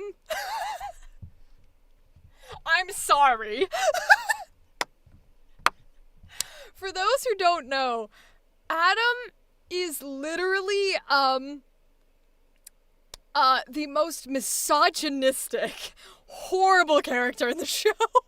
Like, maybe only done under by because there's literally an abuser in the show. He's the top. But, like, Adam's horrible person, but I fucking love him. Let's see. I love myself the Scarecrow Vampire, yes! Eggs and more. OMG, this is good. You just ate it and you love it? Oh, good. I'm glad it's good, Dark Mega. You make me want to make fried rice now. Should I have a cooking stream? One of these days I should have a cooking stream. I was planning on going to bed soon. I have an early shift tomorrow. Oh, no, Twisted. Okay, I would say you're probably okay to go to bed. I don't think we're going to end up doing it tonight. But if you'd like to join us for another Voicing Artist Original Characters, we will be back on Monday, and we will be doing it that Monday. I really appreciate you stopping in today. And I'm sorry that you happened to stop in on the one night we're not doing it. I'm sorry. That's unfortunate. Or if we do it tonight, it's gonna be like probably later than you're gonna stay awake for. So I'm sorry, but thank you for stopping in. I appreciate you. I love and hate Adam. Yeah, it's like, well, they casted Alex Brightman to voice him, and I love Alex Brightman with every fiber of my being. So like, I hate Adam, but also he's hilarious. And you know he's gonna get his ass kicked, so it's kind of like karma. You're waiting for the last episode where he gets his ass kicked. Of course, it's been so nice so far. I hope you have a great night or stream anyways. Thank you, Twisted. I'll keep you in mind. We'll definitely have a good stream. And hopefully we see you next Monday, okay? Where we'll start right off the bat. And I appreciate you for lurking, and I appreciate you for being here. Thank you. Yeah, they casted the best voice for Adam, and then they gave him some of the funniest lines ever. It's a wonderful, wonderful time. Yes, Tyler! Hazbin Hotel! Hello, welcome, Tyler! Are you also a fan of Hazbin Hotel? We were talking about our favorite characters, and unfortunately, I promise I'm not a bad person. My favorite character is Adam. And then Seven said that their favorite characters were Zestial and Vox, which Vox is killer and Zestial's even more killer. Who's your favorite, Tyler? I gotta know. We gotta know. Adam makes me think of Jack Black if he was a frat boy jerk. You are 100% correct. 100% correct. Because that's kind of what he is, to be honest. He's like an early 80s version of Jack Black. Back when you were like, those men were like misogynistic and awful. That's what Adam is, if we're being honest. Thoughts on Beetlejuice as a franchise and Beetlejuice as a character? Ooh, great question, Theta, since we're in that territory of like Alex Brightman voicing Beetlejuice. Egg Boys are your favorite, Tyler? Tyler, that's a brilliant choice. Wait, I've never heard any... Okay, Seven is coming out here saying Zestio, which I've never heard anyone say. That's amazing. Tyler, you're coming out here and saying Egg Boys, which I've never heard anyone say either. You guys are fucking amazing. Oh my gosh, the Egg Boys are fabulous. I love them. They're just like, hey, boss, I heard that an evil lady took someone down. Yes, sir. Okay, my little eggies. Now go to sleep, little eggies. And then the part where he's just like, yeah, I knew this was gonna happen. And then Sir Petrus is like, What? They say weird shit all the time. I love that. Egg Boys are great. Theta, yes, Beetlejuice. So, Beetlejuice. I like Beetlejuice. I don't mind the original movie. I think it's good for its time. I think it can be not a cute, but a fun rewatch every once in a while. I am kind of grew up in the whole, like, humor can be rooted in things that shouldn't be funny. Like, my era of growing up was dead baby jokes. It was 9/11 jokes. It was, like, queer phobia jokes. So while a lot of those are not okay, and I'm not justifying them in any way, shape, or form, it doesn't, like, necessarily offend me or make me upset when people use them as jokes. Especially not people who, I don't want to say have the right to use them, but, like, if you're a part of a community, you can make fun of a community, right? Like, I make fun of cancer and shit all the time because my mom died from cancer. My dad's had a bunch of cancer, like, runs in the family. Or, like, I make fun of queer shit all the time because I'm queer. So it kind of depends. My roomie said that the Egg Boys remind her of the two side characters from Monsters, Inc. They do. They do. Oh my god, Seven, wait, you fully, like, analyzed the Egg Boys, and now I'm down for it. I need a crossover. I need a crossover of the Egg Boys and the Monster Inc. side characters. I love it. Can you imagine the Monster Inc. Yeti with the little Egg Boys, and they're all walking around like, oh yeah, like, so cute. There's a time when we believed nothing was sacred. Absolutely, right? Like, I'm a little bit young for it, but I was a little bit in that era of, like, Jeff Dunham, where he literally has a puppet that is a dead Muslim terrorist. And the entire joke is that he's Muslim. And obviously that shit's awful, and you shouldn't do that shit, but back when it came out, that was hilarious to everyone. And so some of the Beetlejuice stuff is very, like, the original Beetlejuice, not the musical, is very, like, ooh, ugh, that's uncomfortable. Some of it is fine and hilarious. The musical with Alex Brightman, I quite like. There are only a few songs, though, that are my energy, because the thing with musicals is I love musicals. I really, really love musicals. And I'm a theater person, right? I grew up doing theater. But I'm very particular on music. So a lot of musicals only have one or two songs that I like because I like punk. I like rock. I like things with a beat. And most musicals aren't that. So the Beetlejuice musical, the only one that I can sometimes listen to, I think there's two, which is the whole being dead thing. Because I think if you listen to, like, the improv riffy version, that's really fun. I like how they improv a lot of it. And then Say My Name, I think, is upbeat enough and rocky enough that I like it. But the rest of the album for me just doesn't do much. It's kind of boring. It's not really my energy. But I think the actors are great, and I'm glad it did so well. What was the Pepper's name? Oh boy, you're gonna try and make me rack my brain. What was the Pepper's name? I can try and Google it, but honestly, I don't even know if with Googling it I would know. Let's see if I can find out. Jose Jalapeno. Yep, Mexican stereotype.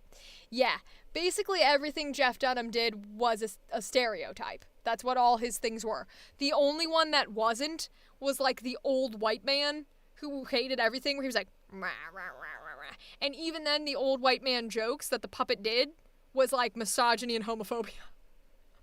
Which, again, if you're part of those communities, or if you're actively joking with the community, then I think that's fine. Like, I don't mind queer jokes if you are actively joking with me and not at me, right? We do that all the time. Or like for folks that are depressed, you'll often hear people joke about like, I want to die, or like kill me, or like I want to kill myself, right? If you are a part of that group, you're allowed to joke about it. That's okay. It's allowed to be funny. Oh, I think the same actress who voices Rosie is also in the Beetlejuice musical. No way! Wait, did they just steal everybody from Beetlejuice? They took Alex Brightman for Adam. They took the woman for Rosie. They just stole everybody, didn't they? I love that, though. I absolutely love Has Been a Hotel. Hell of a Boss is good, too. Everything in that energy and that genre, I love very much.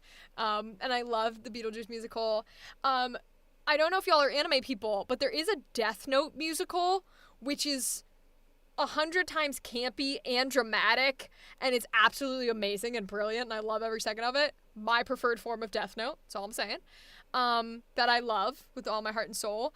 There's also like, what's a soundtrack? Oh, if you like comedy stuff, Star Kid. Nerdy Prudes Must Die is my favorite.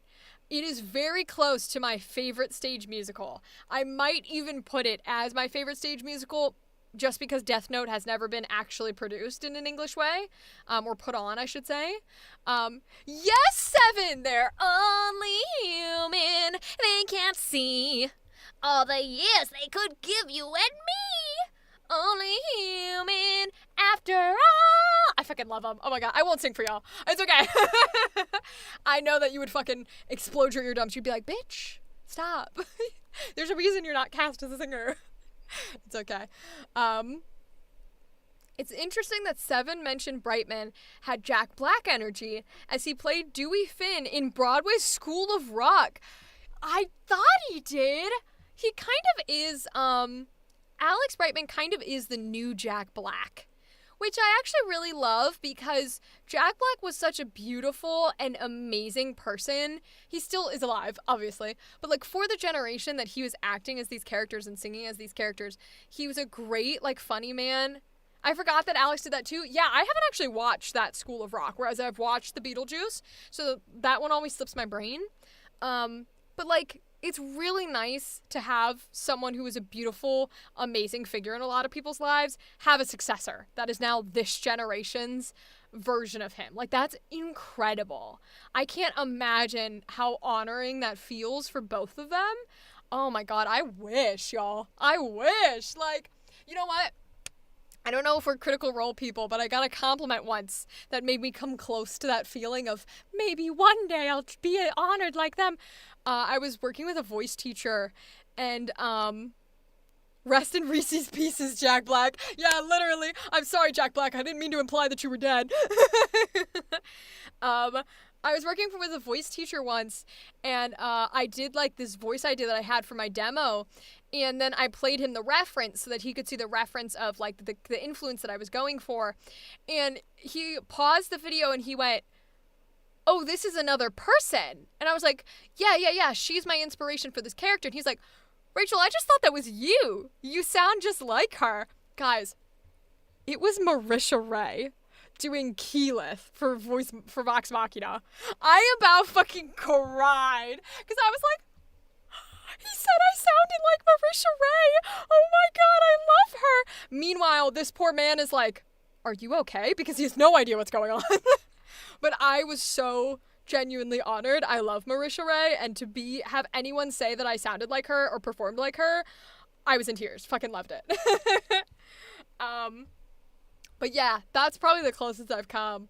But like Jack Black, Alex Brightman, they're also amazing. We were talking about Death Note the musical. Nerdy Prudes Must Die. If you're into like Has Been Hotel, Death Note, all this jazz, look up Nerdy Prudes Must Die. The full musical is free on YouTube by Star Kid. It's professionally done. They are a comedic original musical creators that are in California. And they I'm not a comedy person, believe it or not, so I usually don't like a lot of comedic things, but for some reason, Nerdy Prudes Must Die hit the right amount of, like, murder, villain, musical, and funny that I love it. And it's got a rock soundtrack, and I was like, oh, I die inside. It's probably my favorite. The greatest compliment, literally. I do, Theta, thank you. Theta, thank you. Genuinely getting told I sound like Marisha Ray and can perform, like, to her level because she's fucking incredible. Greatest compliment I've ever received in my life. Like, thank you. I love Marisha Ray. Thank you. You know what's funny, too?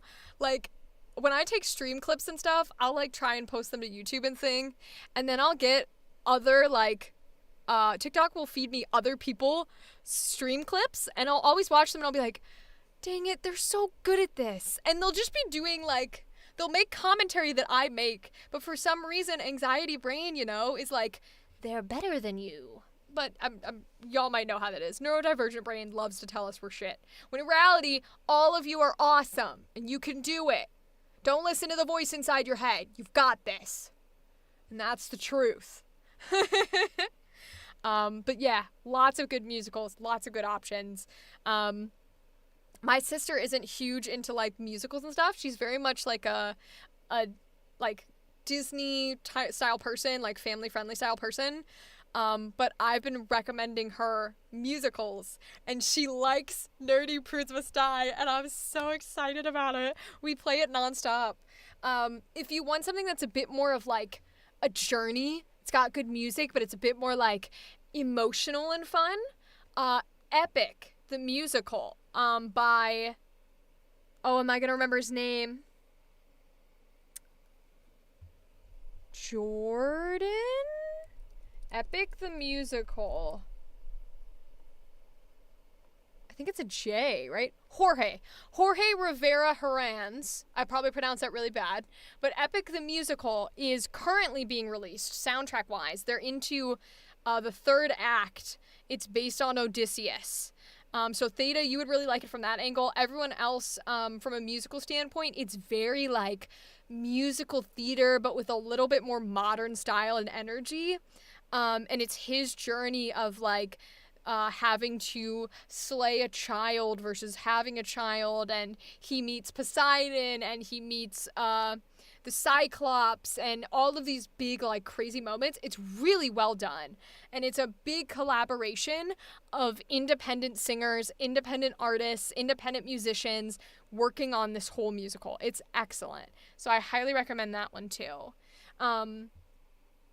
Any more musicals or shows even that I'm like, ooh, I feel like this would be good energy that I could put forth.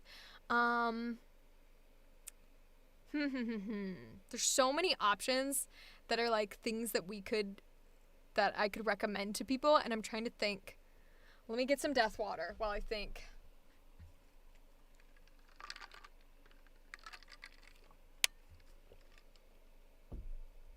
The Business with the Plow. What is this? Is this a musical? What are you suggesting to me? I'm not getting, it's going over my head, Theta, help me please. Help me please. I'm not getting anything when I Google. Help me, Theta.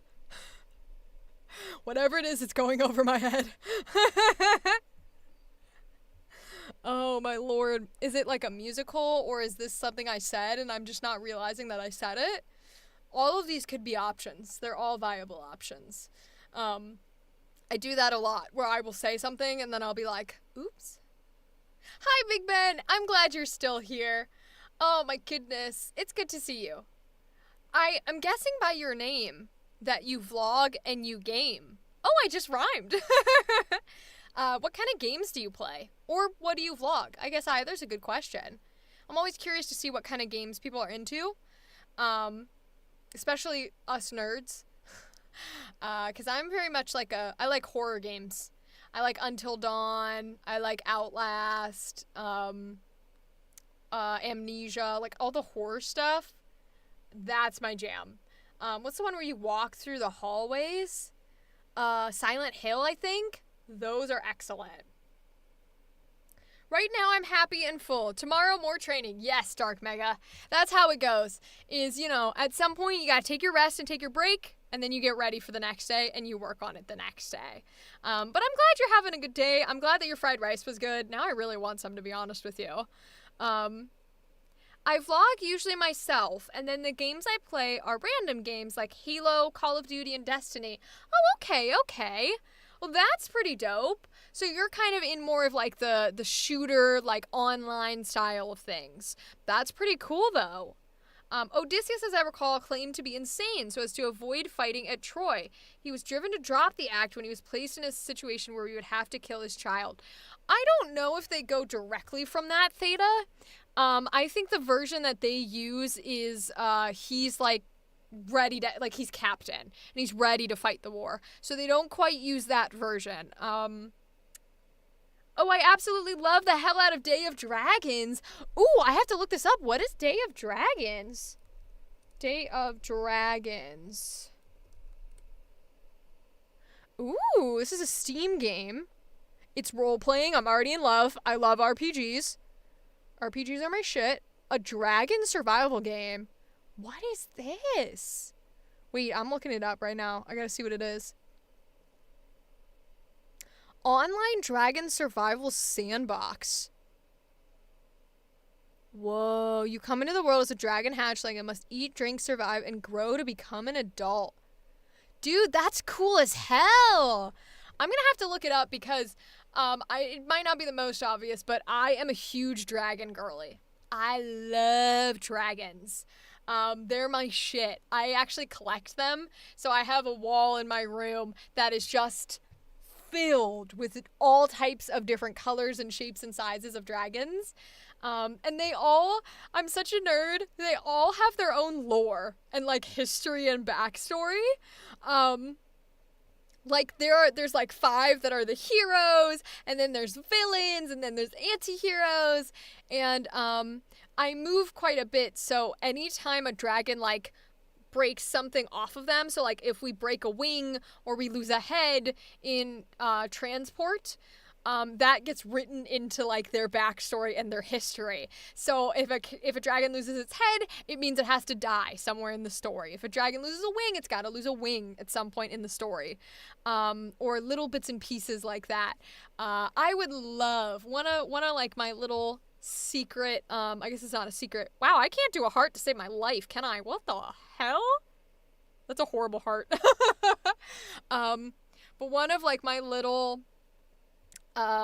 You know how you have like little things that you're not actually trying to pursue, but would kind of sit in your head as like dream things. One of them for me is I would love to have an anime or a show or something about my dragons. I just love it so much to have a little show about my dragons. One day. They've recently had a huge update where they switched to Unreal Engine 5, added new dragons, revamped their beta map, and added recessive genes for nesting. Oh, so they're about this. Like, the people who are working on it are really invested. Wow, that's awesome to have people who are that, like, genuinely interested and, you know, committed to putting forth a game that works and has updates. That's awesome. I have an unhealthy addiction to it. Spent over $200 on it for the Patreon. Holy Jesus. Yeah, no, you win. I've never spent that much in my life on a game. Holy Jesus, 7. That's so much. Oh my God. I was going to say that's so many. Nope. That's so much. What do you get? Like, when you say you put it into the Patreon, what are you getting for that? Are you getting, like, exclusive, like, you know, characters in the game or early access? What do you get for that kind of funds? Because that's a lot. My Lord. Are you doing, like, a $10 a month thing? I assume because it's Patreon versus, like, a one bout of money. It was all gradual, so $15 a month. Okay. But you probably get, like, access to, like, videos or updates or something like that. So that's probably worth it. There's 3 tiers as of now. Okay, don't tell me they go above you. Don't tell me people can submit more than $15. Please. Oh my god, please. Tell me it's like 5, 10, 15. Or goals, I should say. Oh, interesting. Okay. Interesting. Because I have a Patreon, but I just stuck to like one tier. And it's funny enough, it's called the Dragon tier. But it's one tier. It's $10 a month. And it gives like, exclusive access to certain videos. And then it gives people the opportunity to submit their like voice acting or their auditions or their performances. And then I give them private feedback. On what they can improve on or how to change things, etc. And then it also gives people the ability to submit questions for my Q&A videos. So I like to do Q&A videos where I'm helping people with answer like voice acting things, D&D things, TTRPG things, or questions about my life, whatever. But you can only submit questions if you're on the Patreon. The same way you can only get like audition and review feedback of material if you're through Patreon. So I know a little bit about the tiers and how they work, but I'm interested in like what your thing that you subscribe to lets you get. Lifetime 100 goal, $100 in total, which gives these little jellyfish that float above your head in-game, and this iridescent effect for your dragon, and a rage emote or call. Interesting. Okay, well, I'm glad you're getting, like, in-game perks. That makes sense, then, if you're actually getting, like, in-game things that are sort of, like, beneficial to you.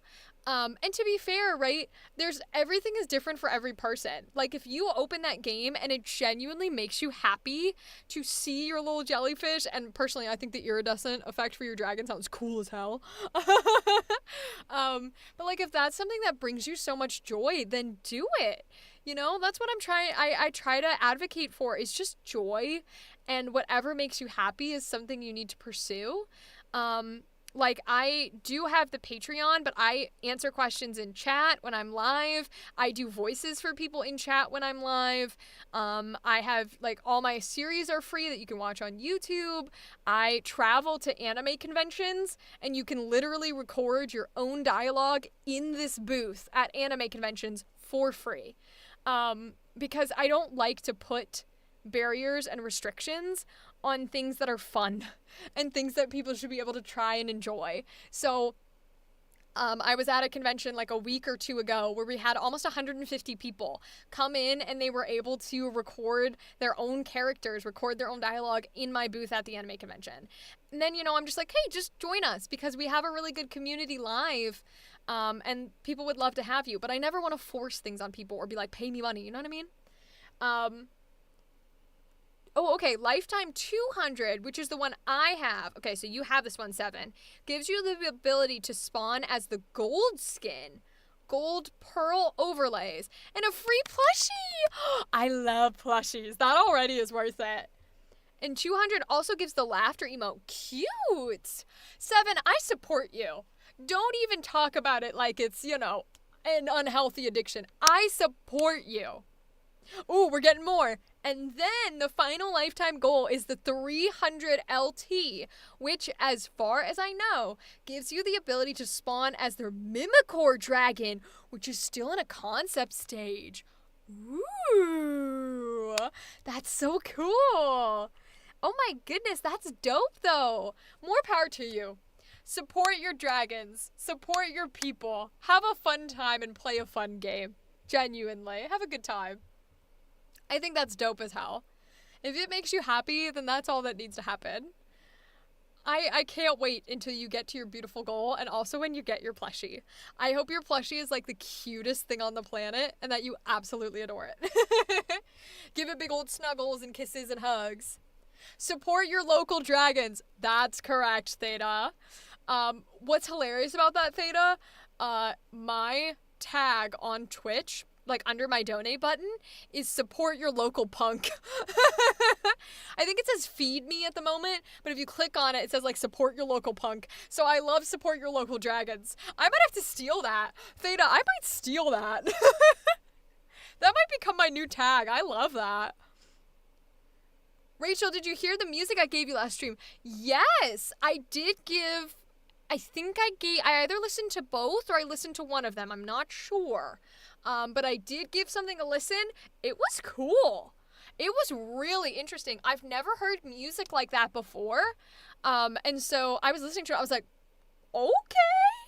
I really liked it. Thank you for those suggestions. I appreciate that. DoD also has a pretty fair way of dealing with their DLC, KS, and Patreon dragons. They made it where you don't need to have any of them to play as, only solely to spawn as them. That's really nice. Because if there was player imbalance, like you had to have like paid things to win, ooh, we don't like that. So that's good. A title for an actual play? Theta. Support your local dragons would be an excellent title for an actual play. Oh my, guys, oh my god.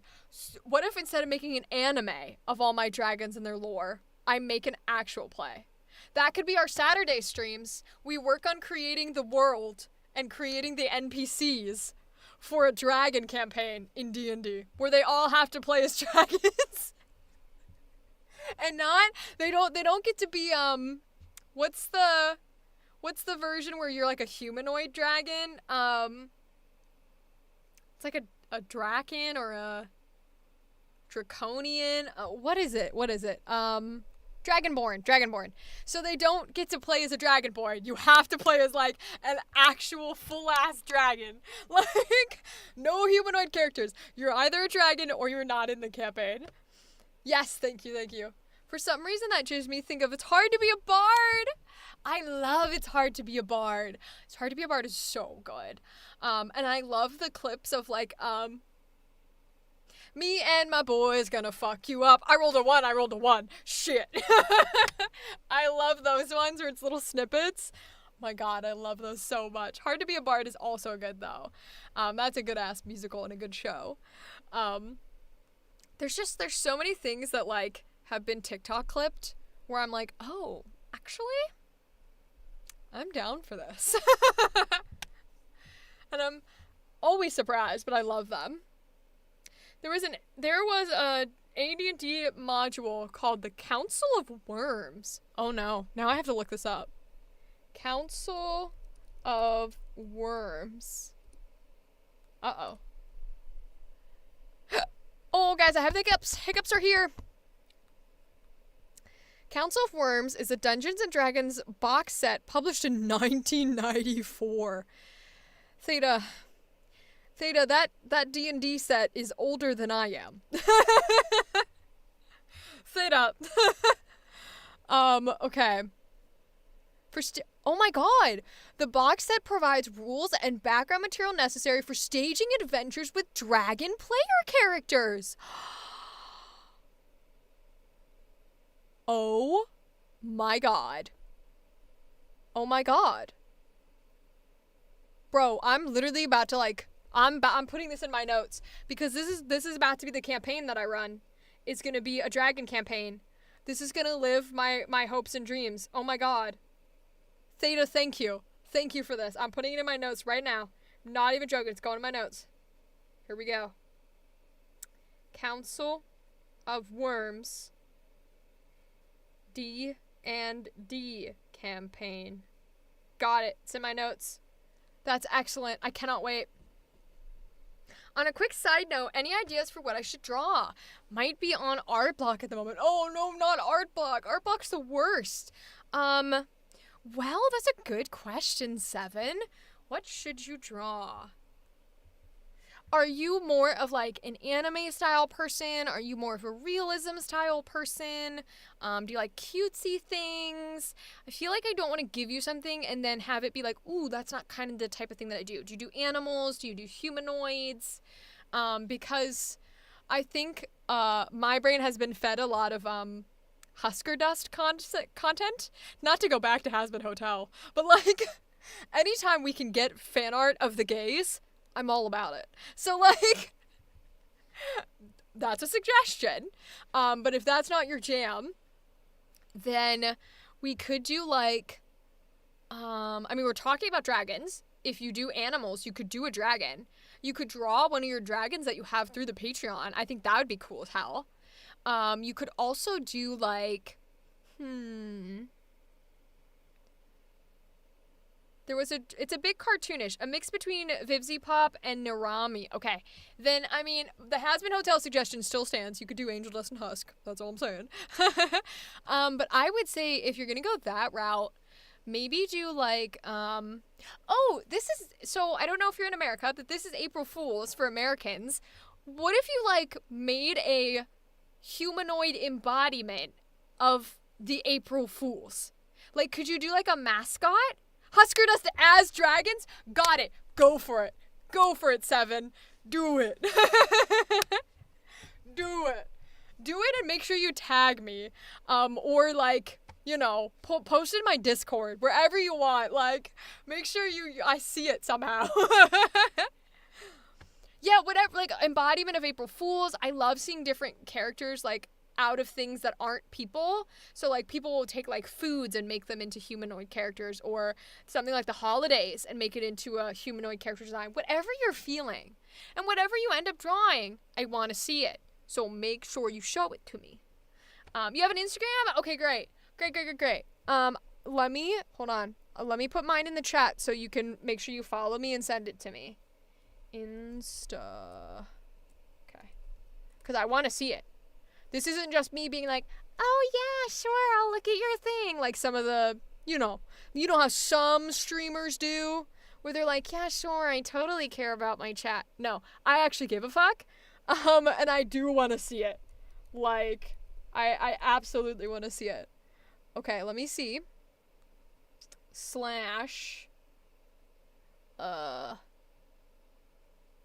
what is my name? I'm sitting here like, what is my name? Uh-oh.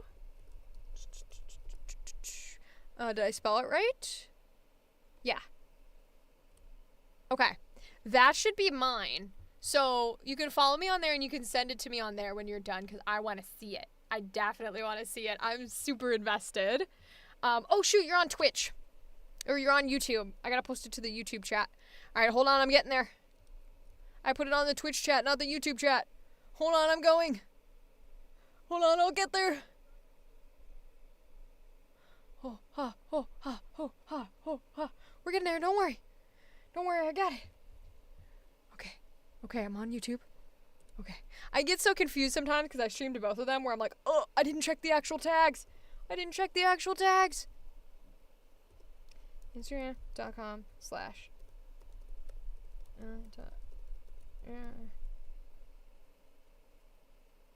Oh, Restream Bot is coming to y'all too? Oh, thank God. Yeah, there you go. Oh, I'm glad copy and paste your friend. I wasn't sure if, Restream... I know Restream Bot usually posts into the Twitch chat, so that they can see what y'all are saying, but I didn't know if it went back to the YouTube unless you see what Twitch people are saying, so wasn't sure. But yeah, definitely send it to me because, well, I almost fell like a dumbass. I'm all about it, and now I'm invested. I'm very, very invested. This is dope as hell. Anything else we want to chat about or talk about? Because I'm kind of all for it tonight. I'm in a very, like, talkative, I don't want to do work kind of mood. So, like, I'm very much like, I don't really want to do anything. I can do voicing artists, original characters, but I would love to just chat with y'all continuously. Idea, the PCs are dragon worshipping cultists. Ooh, that's a good idea. It's a good idea, Theta. I like this for a campaign. PCs are dragon worshipping cultists.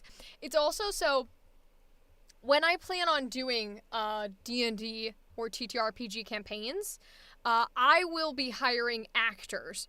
It's not going to be scripted content, still going to be fully improvised. That's not what I mean. What I mean is, I'm getting actors to be the players because I want it to be a heavily, heavily roleplay based thing. Rather than friends sitting around at a table, I want it to be like almost as if you're watching a TV show and they just happen to roll stuff. That's just personally the type of content I like. So it's the type of content I want to make. Again, still not scripted, but it does mean that we have more authority over what type of characters. So I will allow people to like come in with their thought processes, but I'm also going to have like a set, this is the story that I kind of want to tell. If I have an actor who is open to playing anything, I'm going to say, hey, build a character that has this type of personality, or build a character that really wants to achieve this goal. And then the rest you can do yourself. So that way it works a little bit better for what I'm trying to do. You follow me on Instagram, Big Ben? Oh, thank you. I'm so glad. I always post to my Instagram story, not to my post, but I always put on my Instagram story when I'm live. So that way you guys will know. But I'm so glad you follow me, Big Ben. Thank you. Worlds Beyond Number as an inspiration, perhaps. Yeah, I could see that. Immediately my head went to Brendan Rodgers. That's fair. Oh my god, that's so fair. He's a god. He's a king. Absolute king. Really just, worshiping cultists are kind of like my whole jam. I'm interested, because I want to do, I would be okay working a D&D one. I don't know that I could run, like, GM or DM a D&D campaign, because I don't know if I know enough about the technicalities of it. I know I want to do a Candela Obscura one, because I know the ins and outs and every little bit and piece of Candela Obscura. Because that's my shit. I love it with every fiber of my being. So I do plan, I've already, technically, it's not released yet, but I've already written out the audition form for folks to apply for it. So I definitely want to run that one. Draconolatry, the worship of dragons. Wait, did you invent that? Or is that an actual thing? Hold on, I'm Googling it now. Draconolatry. Okay, I think you made it up. Okay, thank God. Because I was like, Theta, you know too much. The ability for you to just pull that out and be like, actually, the worshipping of dragons was a real thing in 1600. Like, you have an incredible amount of knowledge. But I like that. I'll put that in the notes too. That's what it will be called. See, this is why I love lives, and this is why I love talking to people, is like, I'm going to go and create stuff, and 2 months from now, when this is out and released, Theta, you're going to be able to watch it and go, that was me. I called it that. And that just warms my heart, because that's how I want people to feel, is like they're genuinely having a fabulous, fabulous time and loving life. Because that's all I'm ever about, is just enjoying your days. That's it. That's all I ever want. So I'll have to work on that. I feel like if I followed a box set, I would probably do okay on D&D. As long as the actors that are with me know that it would be like my first time doing a D&D style DM. But Candela I can do, and Candela I'm very excited for. I would love to be a player in it, just because I really, really like role play, and y'all know from the series I do, I love improv, and all that D&D and TTRPGs is improv. That's all it is. It genuinely. And then, for folks that are like home players or find like a hobby in it, they have the game to be able to guide their improv. For the actors, we might not need it quite as much, but we also might need it more. Just kind of depends. But I love improv, and I specifically love dramatic improv, which again, that's what D&D and everything is you have your fun, laughy moments, but you also have your romancy moments, you have your dramatic moments, you have your angry moments, you have your sad moments. And dramatic improv is something that, like, doesn't really happen. I think there's only one theater or school of dramatic improv in the United States, and it's nowhere near me, so I don't have the chance to partake in it very often, and I would love to do it more. It's one of my favorite things. But I'll keep you guys updated when the one that I'm in releases for Candela. It should release this month, because we're in April. And then you guys can watch it, and you can let me know, and all that jazz. I loved it. I got to be a himbo. He was so cute. My character, for folks who don't know, I'm genderqueer. Often a lot of characters that I play will be men. But every character I play is genderqueer because I am. Anyways, so the character that I play is this cute little muscle guy who's an idiot. So, like, I love him to death because the rest of the team is like, we need to solve this magical murder, and it's a mystery, and we gotta save people, and like, oh my goodness. And then my dude comes along, he's just like, bird. He's so cute. I love him to death. He wears a cute, like, green Indiana Jones style hat. Oh my god, I love him. His name is Callahan Crow. He's adorable. There's a bunch of other cool cats in there, cool characters, but he's just so silly. I don't even think I can remember any lines, but I know there's a part, I think at the very, very beginning, I'll spoil a teeny bit. At the very, very beginning, the first episode, when he gets sort of introduced, there's a moment where, he is speaking to someone, and he, because he's not good with words, because the way that I built him is if you're used to normal D&D, he essentially has negative charisma. Like, he has negative riz, not even zero riz, negative riz, my guy. And so he's, like, talking to someone and trying to convince them of something, and I failed the roll, because of course I did. I was at heavy disadvantage. And he essentially tells this innocent person, I hope you die so that I can get access to what I want.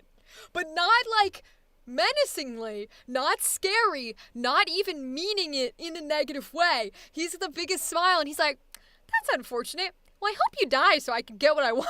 Like, oblivious to what he said. I love him. Oh, he's such a sweet baby, and I love him very much. He's a big contrast to the Daggerheart character, because the Daggerheart character I played is angsty and sullen and powerful and bleh. And he's got rats. I love rats. He's got rats that run with him. Ooh, so much fun. But who knows? Maybe we'll have some queer RPG fans find me from the Daggerheart one-shot, and we can have more people join our community. We've had so many of you today that have joined us, and I really, really appreciate it. I love building up this community and being able to talk with y'all and have fun. It's genuinely, like, my favorite thing on the planet. And the more people we get, the better it makes, and the happier our days can be. And it means that you guys will have to be in my decisions on what we stream on Saturdays, because I want to start a Saturday stream. And so you'll have to help me with that. Idea, the dragon's fear effect as religious awe. Oh, are you trying to say, like... Okay, are you trying to say, like, their intimidation, like, when they're trying to intimidate people, comes off to NPCs and stuff, less as intimidation and more as, like, wow, dragons, you're gods among men. Is that what you're trying to say, Theta? Because I do kind of like that, actually. I think it's a really cool twist on, like, normally if you had dragons, you would be like, oh, they're scary. They don't all have to be scary, right? Like, you can have other aspects, so I kind of like that a lot.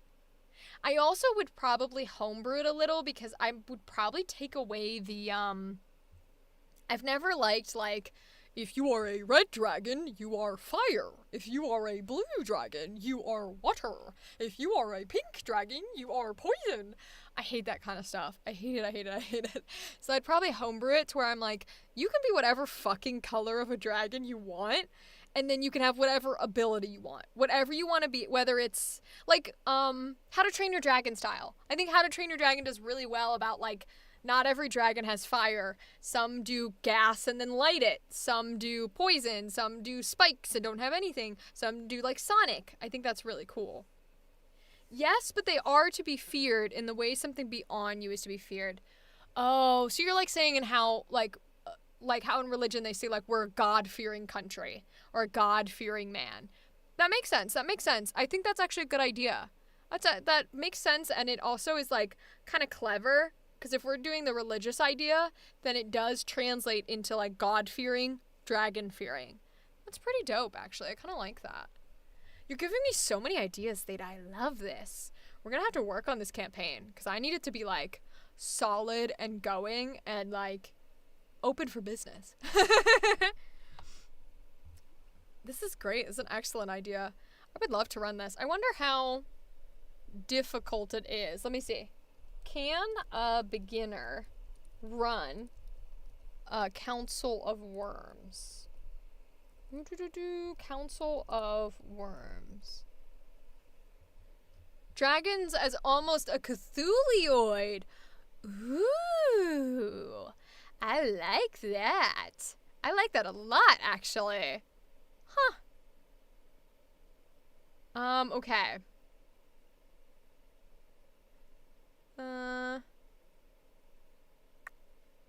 Oh, wow, there's a lot of homebrew variations of Council of Worms. Wow, there's so many. Okay, so I should be able to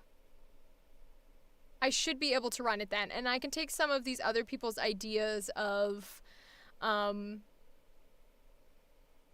yeah, I can take some of these people's ideas of how they've changed it a little and played with it. I like these.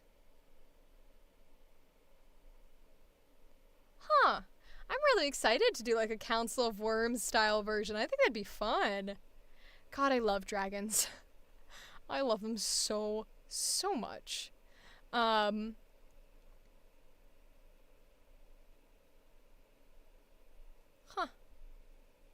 once read about an evolutionary psychology theory that humans have an instinct for dragons because they combine predators.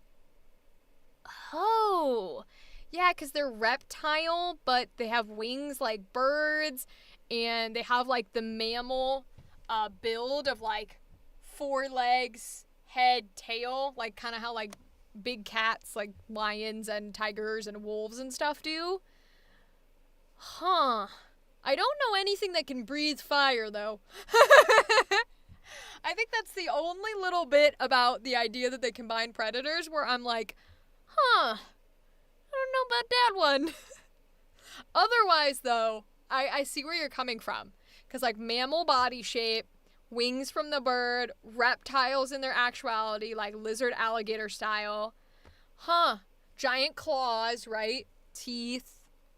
Yeah, that makes sense. They are cat, snake, birds. Yeah. And I do love cats, snakes, and birds. This makes sense now. I have 2 cats. They're some of my favorite creatures. I adore snakes with every fiber of my being. I would love to have a snake. And I don't care for most birds, but I do like the scary birds and the weird birds and the predator birds. My favorite is a shoebill. I had a D&D character who had a shoebill, but he was like 50 feet tall and huge. But I love shoebills. I don't know if you guys have ever seen shoebills. They look like Muppets. Like they act like animatronics. Genuinely like they are puppets. They move so slow and the eyeballs can like blink on their own. So like one can blink and then the other can blink. And the way that they move is literally like they rotate their heads and stuff and their bodies in very big chunky movements, like Five Nights at Freddy's style. They look like animatronics and they sound like animatronics. They're known for making a sound that people think is automatic gunfire, like AR-15. That's how crazy the sound they make is. I love them. Love shoebills with all my heart and soul. And then of course you have like cassowaries, who literally are just dinosaurs. They just straight up are dinosaurs. They're not even birds. So everybody who's like, dinosaurs aren't real. Honey, we have one that currently exists. It's a cassowary. It's a dinosaur. Like, a shoebill is what happens when a pelican gets possessed. Yo, that's so funny. You're kind of right. You're kind of right, because pelicans are already weird looking. They just kind of look like a little more funny, because they look like they're like brah, brah, brah, brah, and they got the big old like lower beaks. And if you flip that, then it's the shoebill. But like pelicans are funny looking, and so they're not intimidating. Whereas if you possess it, like you said, Theta, and make it like intimidating and evil, shoebill. And I would argue they don't even necessarily look scary. They just act like animatronics, like you're playing Five Nights at Freddy's. And that alone is enough to be like, okay, goodbye. And they just straight dive onto fish. Like, they don't even play any games, they just whoop, dive into the fish in the swamp. Crazy. I love them. And they make sounds like they're plastic. Like, the sound that they make when they're hunting, I don't even think I could do it. It's like that noise that you make, but plasticky. That's the sound that they make when they're hunting, which is like, how? How do you do that? Birds are crazy. Birds are absolutely fucking wild. I have a friend who loves birds, and so anytime I see really cool birds, I'll send them birds. It's such a great arrangement. And then they tell me about them. They're like, this is a such and such, blah, blah, blah, blah, blah. And I love it. I love it. It's one of my favorite things. Birds are an excellent, excellent creation of humanity. Oh, my lord. Whew. I need some death water. We're talking today.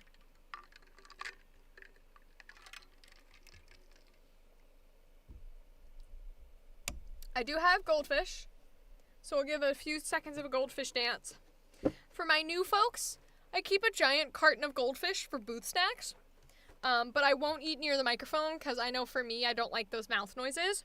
So, in exchange for the giant carton of goldfish and me munching, you will see me do a goldfish dance.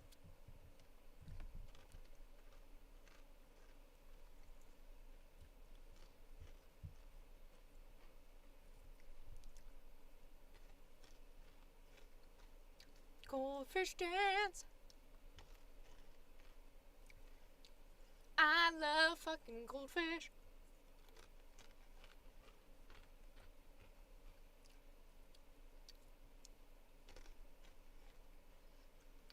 I've had these for forever and they're still not stale. And this is why we love goldfish.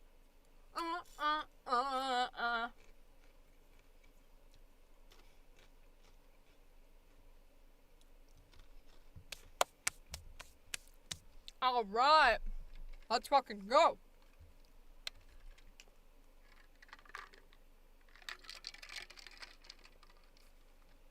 Okay. We have some goldfish. We have some death water. I think, you guys, even though we are 2 hours and 21 minutes in, I'm going to mark that time on my phone. And I think I'm going to do this episode of Voicing Artists' Original Characters. We're late, but I feel like we can have time to do it. And I know that Twisted Doodles had to leave us, but hopefully they'll be able to catch the one next week instead. And my new folks, you will be able to see what these episodes are all about. So I'll give the little intro for YouTube since this gets edited down into a video. But feel free, y'all, to give me ideas if you want, or to lurk in the background and put me on casually, whatever you prefer. But you're more than welcome to give suggestions or commentate while we do this. So I'll take you guys over to the images so you guys can actually see the drawings from this artist. Okay. So, hello YouTube. Welcome to another episode of Voicing Artists' Original Characters. And hello my lives. Right now you can see on the screen, I know it's giving me that little notification on Paint, but we're going to ignore it because it likes to do that. You can see on the screen a character that we're working with today, and it is a half human, half demon, so we can still be in this territory of talking about those things. But the artist for the character we're working with today is Ghosty Griff, pronouns she, her. You can find her on Instagram. That's where I find all my folks. And also, of course, for my YouTube listeners and watchers, link will be in the description down below. The character we are working with today is Lynn Angelina Swain. Full name. We were given a lot of background and history and plot for this character in her universe. We're going to go through a little bit of it in a little bit less detail, but we'll point out some of the things that maybe are more important. So, in short, this character's name is Lynn. Lynn is half demon, half human. Her father was a demon and worked for a circus in a religious town. Her mother was a human who is a paranormal investigator and studied demonology. So they met because she interviewed him being a demon, and then they had Lynn. Now, Lynn, some facts about her that the artist has given us. She is a mix between a demon and a human, and sometimes struggles with the two different sides. So sometimes she feels like she isn't demon enough for the demons, and she's not human enough for the humans. So we definitely want to delve a little bit into the idea of never feeling like you're in the right place or never feeling like you fit in. She likes to draw, play piano and clarinet. She's very musical and artistic, so those are parts about her. At some point in time when she was a young child, she snuck away from her parents, and because they're in like a religious town in this universe, there are demon hunters in this town, and they saw her. They were able to shoot her in the shoulder. And from then on, her family has been very like, you cannot go anywhere by yourself. You always have to have your dad with you because he's like a big, scary demon. And we'll see him in a couple of the images in a few minutes. And she had a lot of energy as a kid, so she would join the circus by, doing some acts or running around and training, things like that. But she always sort of wants to be like outwards in more contact with the humans and knowing the outside world. However, since she was kind of like stuck in and sheltered a little bit, she is a bit more like to herself and awkward about it. So let's go through some of these pictures here. So this is the main image. We get a headshot of Lynn. We get a body shot where she's standing with much more like covering clothes, a long blue skirt, yellow jacket, and a striped shirt. And then we get this one where she is almost in a whatchamacallit pose. She's in sort of like a scared or sad or pouting style comforting pose where she's holding herself to try and make herself feel better. We can see that she does have claws on the upper hands. They're like little blue claws. And then her bottom feet appear to be like animalistic. So that's part of the demon, as well as her ears. And she's got these big tusks that come from being a demon as well. So that's the main photo. We've also got those three individually. So we've got the standing one, which is our full body shot.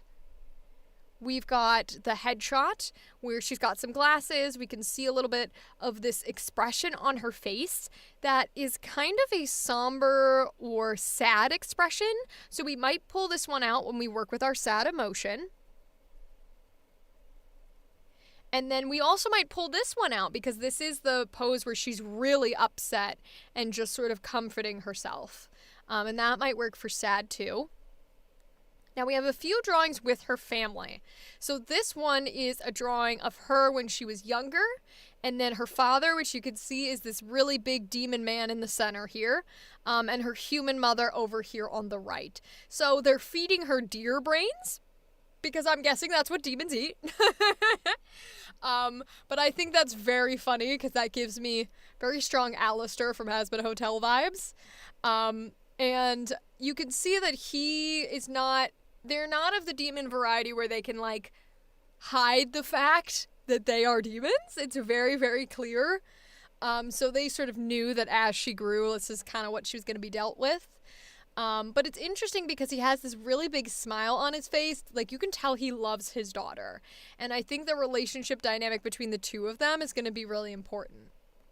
We also have a cute little one when she's a little girl of her playing with rats.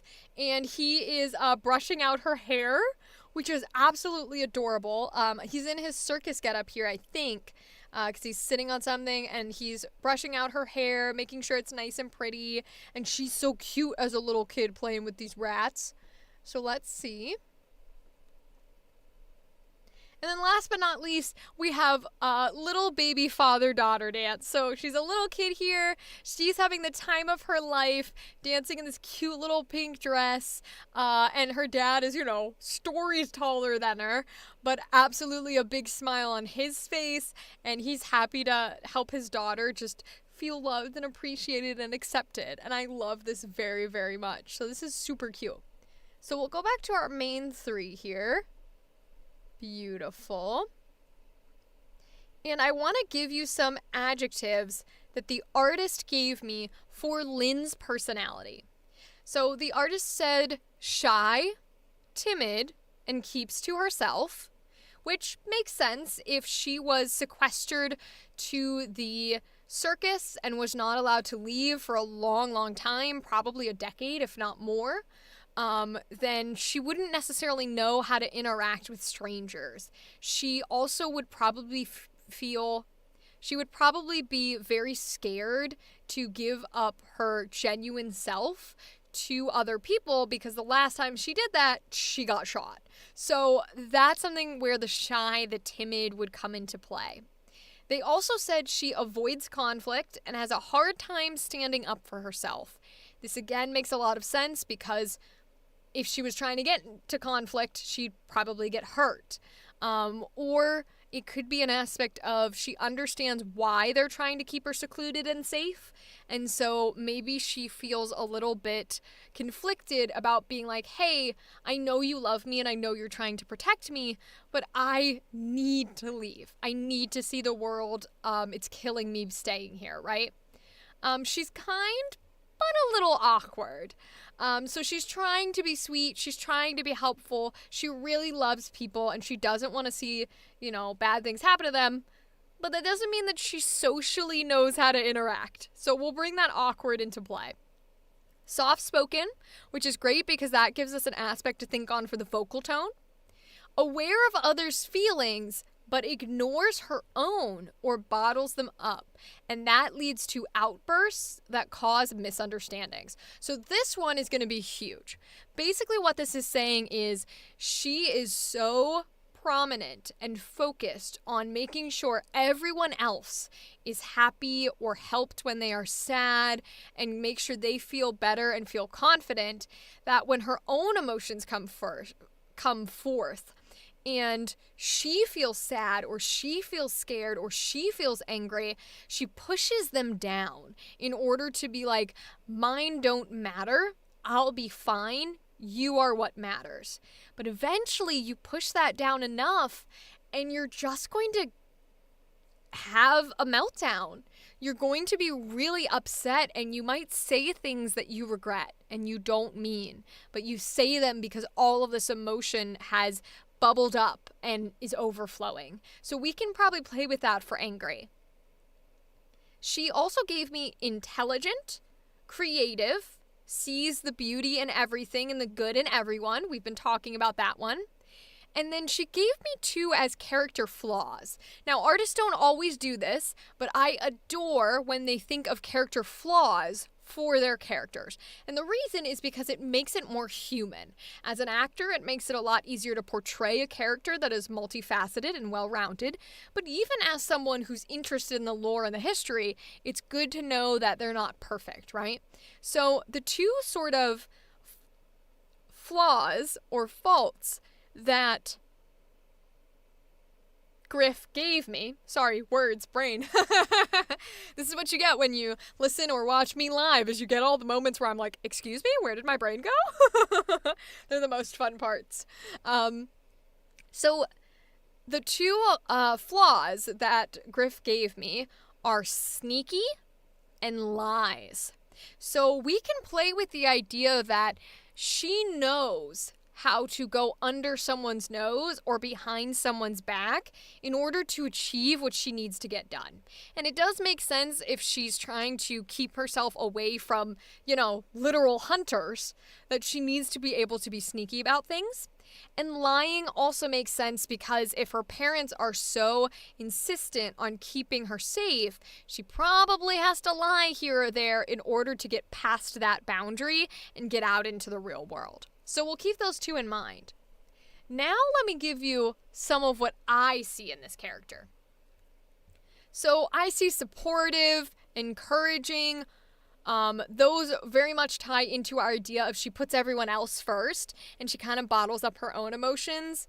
I also have hopeful, which I think is true. I think she always wants to see the best in things, and she's really hopeful about the idea that things can improve. And then I have a very unique one that I'll see if I can explain a little bit. Naive, but not naive. Oh, she's cute. Yes, Yavir. She's adorable, isn't she? The artist made her really cute. She's half demon, half human. So I don't know how they managed to make her this cute when she's also got like tusks and like floppy ears, but I love her. I think her design is adorable. So naive, but not naive.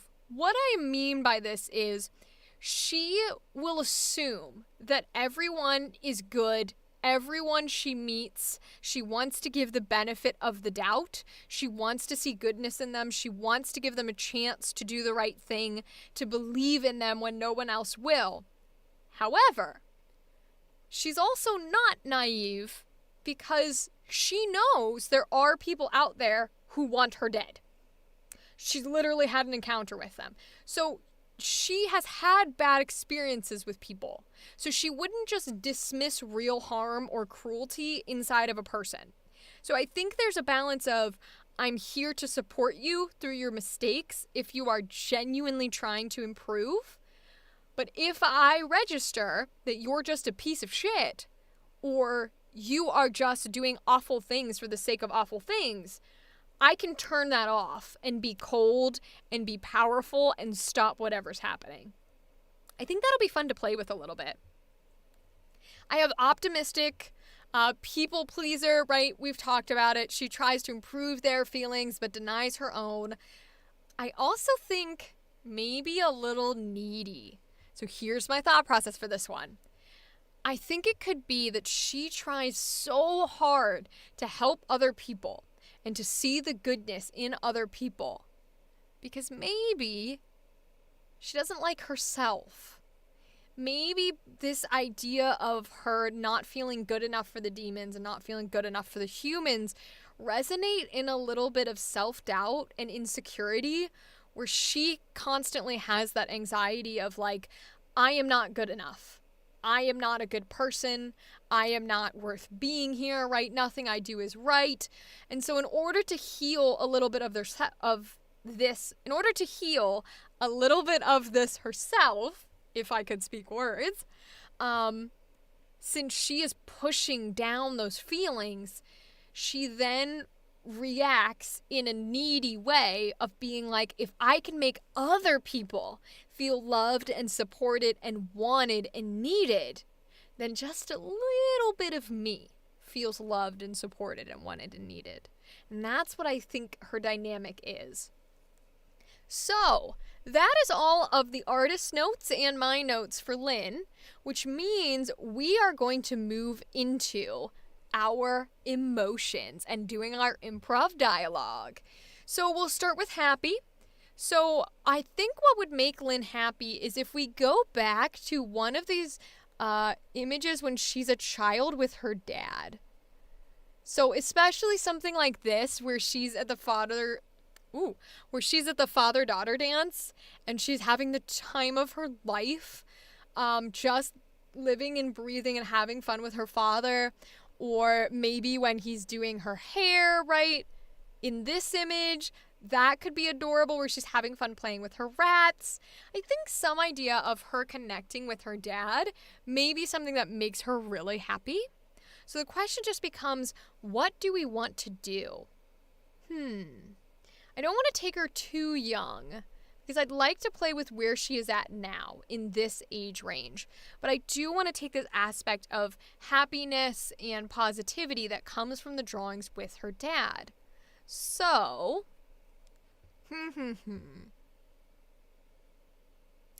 I think she might be genuinely happy if she feels a little insecure. Maybe about something she's wearing or someplace she's going, or there might be strangers somewhere and she's trying to make new friends. And her dad really sort of encourages her. You know, does the dad thing where he's like, I think you're beautiful, right? All those things, you'll be great. And I think that would really make her feel loved and appreciated and help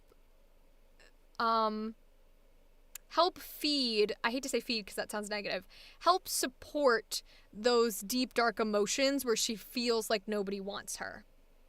She looks very reserved. Yes, Yavir, you're absolutely oh wow, I can't speak words tonight, huh? You are absolutely right, Yavir. She is reserved. A few of the notes the artist gave us was shy and timid and keeps to herself.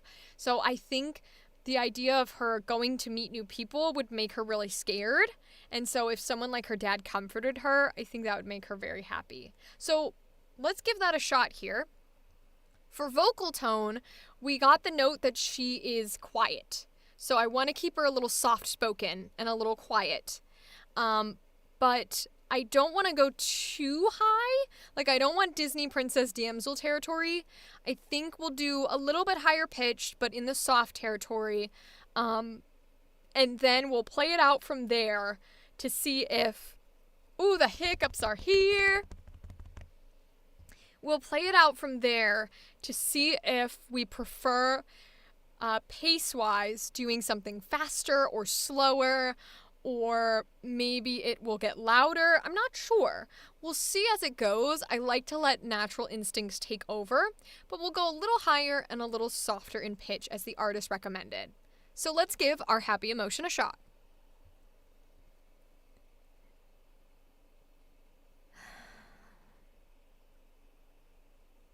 Well, what do you think?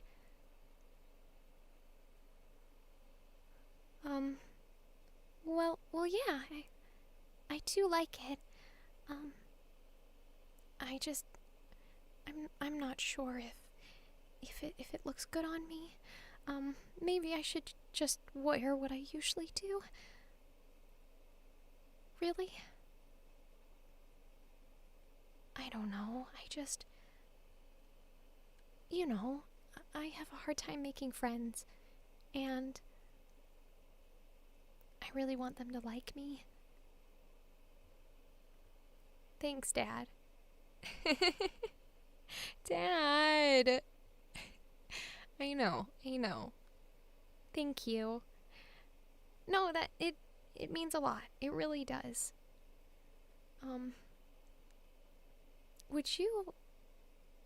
Will you drive me there? It would make me feel a lot better if you were in the car with me. Yeah. Thanks, Dad. I love you. Now let's get it.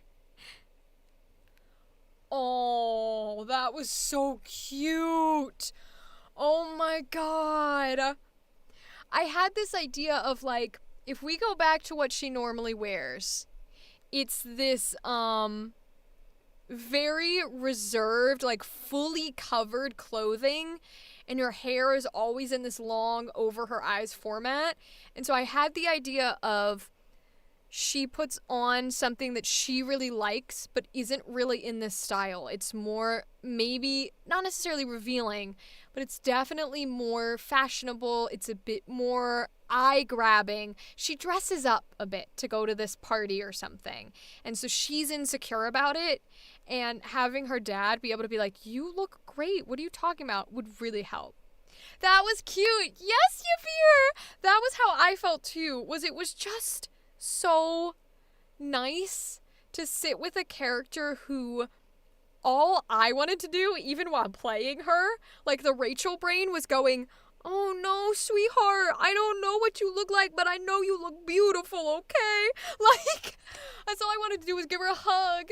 Oh my god, I really think that resonated well with her shyness and her being timid, but also wanting to put herself out there, because she is someone who wants to go forth and find these things, and so having someone support her like she supports other people is really, really helpful. I think that worked well for her happy emotion. I think it worked very well.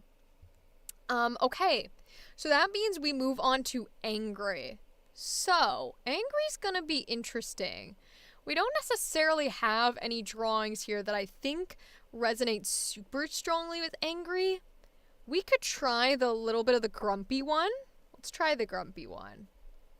So this to me comes off a bit more sad and pouty than angry, but we'll put it up here for reference.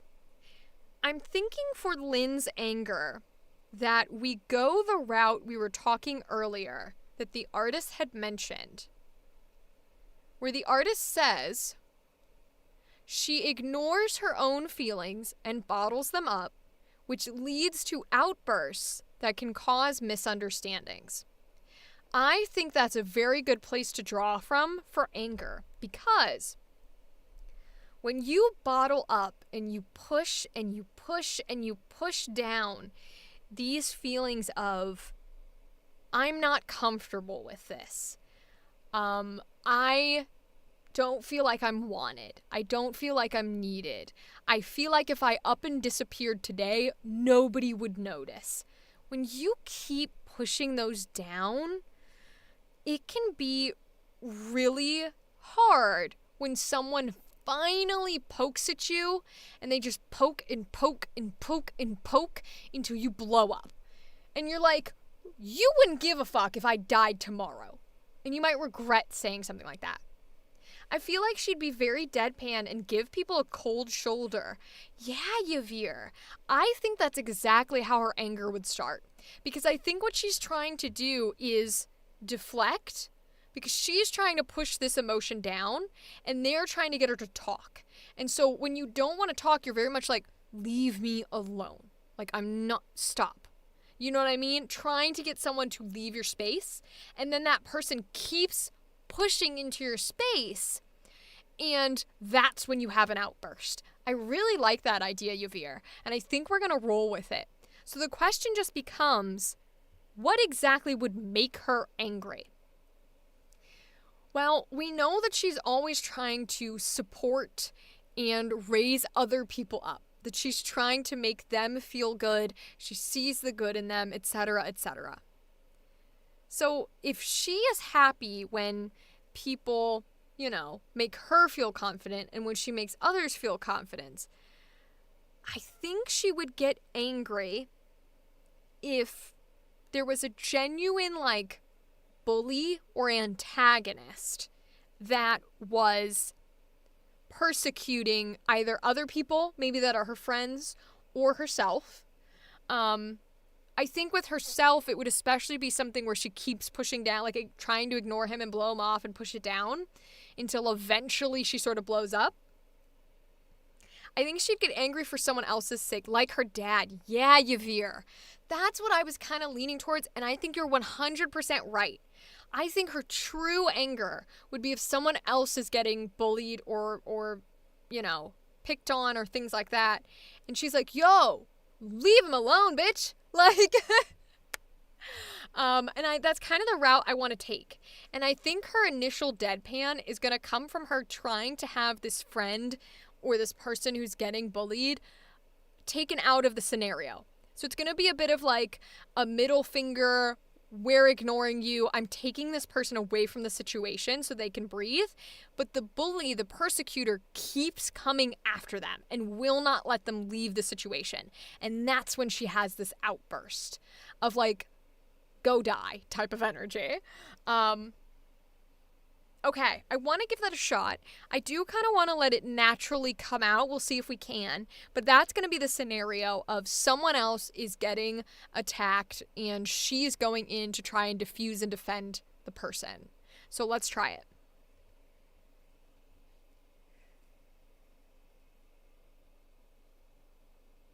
Stop it, Juno. You're being a jerk. Come on, Billy. Let's go. Just ignore him, Billy. This is how people like him are.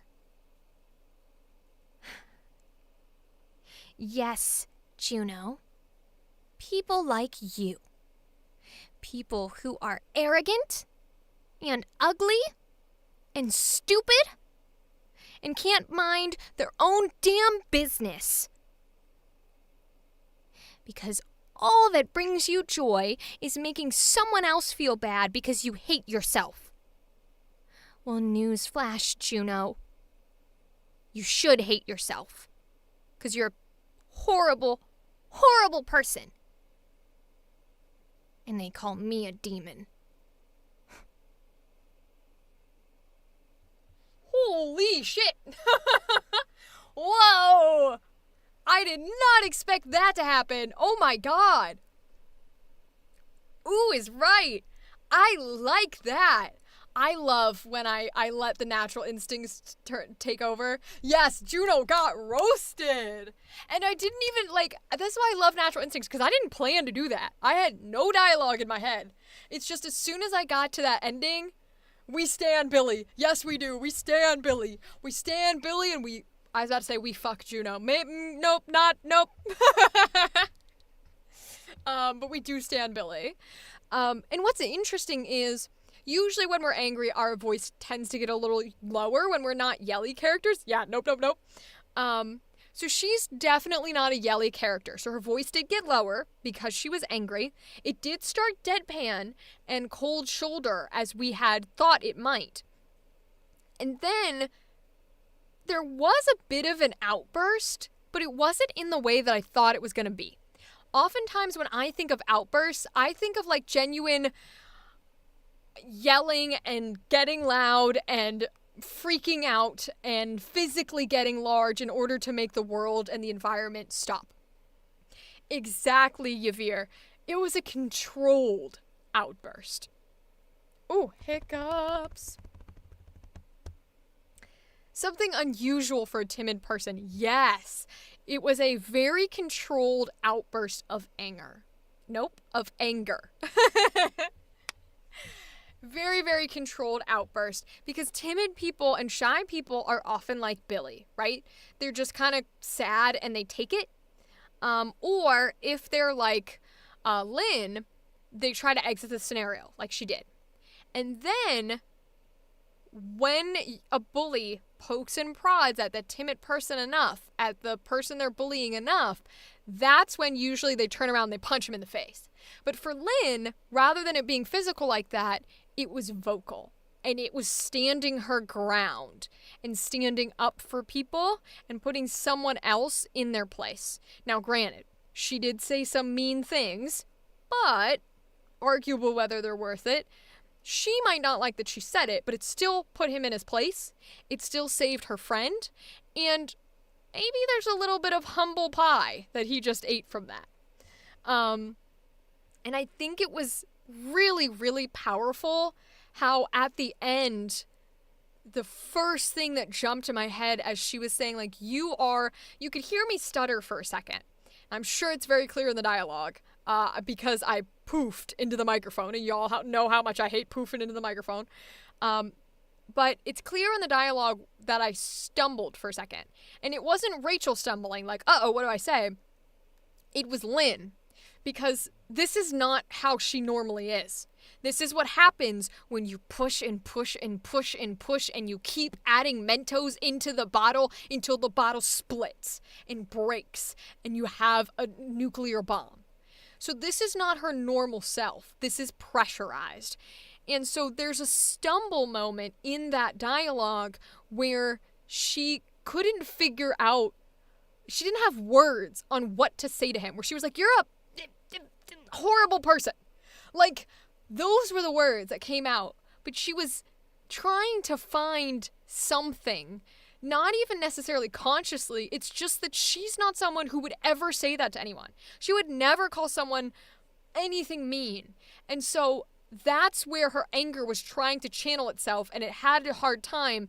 And then once I had said that, I said, you're a horrible, horrible person. Immediately, my brain went to, you are what they try to say I am. You are what they try to say demons are. You are what they try to say my people are. And that hit such a chord to where I was like, trying to imagine how much pain and hurt comes from all of the stereotypes about demons and probably how they're vicious and cruel and mean and eat people or some crazy things would hurt her because she is such a nice, sweet, beautiful, only wants to love and help other people person. And those would really hurt her to her core. And so the anger of being able to say, you are what they think I am, and you get to get away with it. Ooh, so powerful. It's like when you put 5,000 rubber bands on a watermelon. 100%. Also, those videos are awesome. I love those videos. But you're 100% correct. It's literally those videos where everything looks fine and dandy and normal until you put that last rubber band on, and then all of a sudden, boom. And everything's exploded onto the walls. Absolutely. I think that was really good for her anger. So I want to move on to her sad. This will be our last emotion, but I am thinking that maybe for sad, we should pull a bit on the insecurities of not feeling like she's wanted or needed, of not feeling like she's good enough, because those are also inside of her. And as much as she wants to be the person to love and support other people, if someone that she looked up to, I don't want to make it her dad because I would like to keep her dad on the positive end of things, but maybe a close friend makes a comment about her or, something negative, whether it's meant to be that way or whether it's said out of whatever. Billy! Yeah, right? Maybe it's Billy. Maybe Billy that I've made up is a super close friend of hers in this imaginative universe, and she literally just defended him from Juno, our made-up bully, and yet at some point in the story, he says something awful and cruel. And maybe he didn't mean it, but he said it. And it doesn't necessarily matter if you mean it when the person you're saying it to already has that insecurity. Dang, Billy, you turned on our girl. Literally. Why did you do it, Billy? He probably thought she embarrassed him with her outburst. Ooh, that's a great idea, Yavir. Oh, wait, Yavir, I'm using that. I love that. Okay, so concept for the scene is we're gonna continue it, which we don't usually do. Almost always our scenes are separated from each other, but this works perfectly. We're gonna say that she defends Billy from Juno, and then after that has de-escalated, there's a point where Billy is like, dude, leave me alone. Don't come to my rescue like no one wants you here. And it hurts her because she feels like she's helping him, and he's like, I don't want your help. And that deals with her insecurities of not being wanted and not being needed. Yes, Yavir, woo indeed. You are officially on the roster of people who have given scene ideas.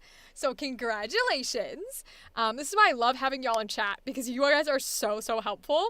And the silly little people who watch the edited videos will never know. They'll never know about all y'all's suggestions and how much fun we have in chat. They will be none the wiser. It is our live stream secrets. Yes. Oh, I'm glad you like making stories, Yavir. I'm so glad you were also able to stop back in, because I love having you here. And I'm so glad you were able to support me for this episode. So, let's do our sad. Let's do this scenario. Here we go.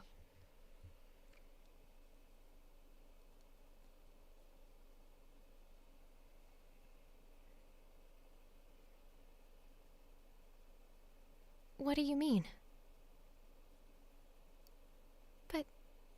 But Billy, if you go out there, then Juno will just... No, I do think you can take care of yourself. It's just, Juno is... Well, sure, I'm not trying to commentate on your size. I just want you to be safe, and I am a little taller than you, and I just think...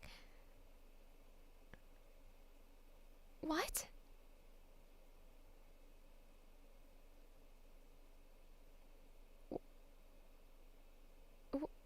Do you think I can't help because I'm a girl? Because I work at the circus. I know that I can...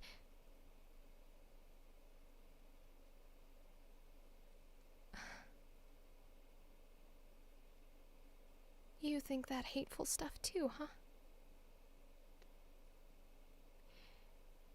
You think that because I'm a demon, I am all of those horrible things they say. Really? Really?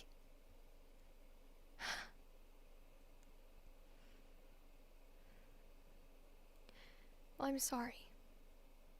I get it. You don't need me. You don't want me to help you. Okay.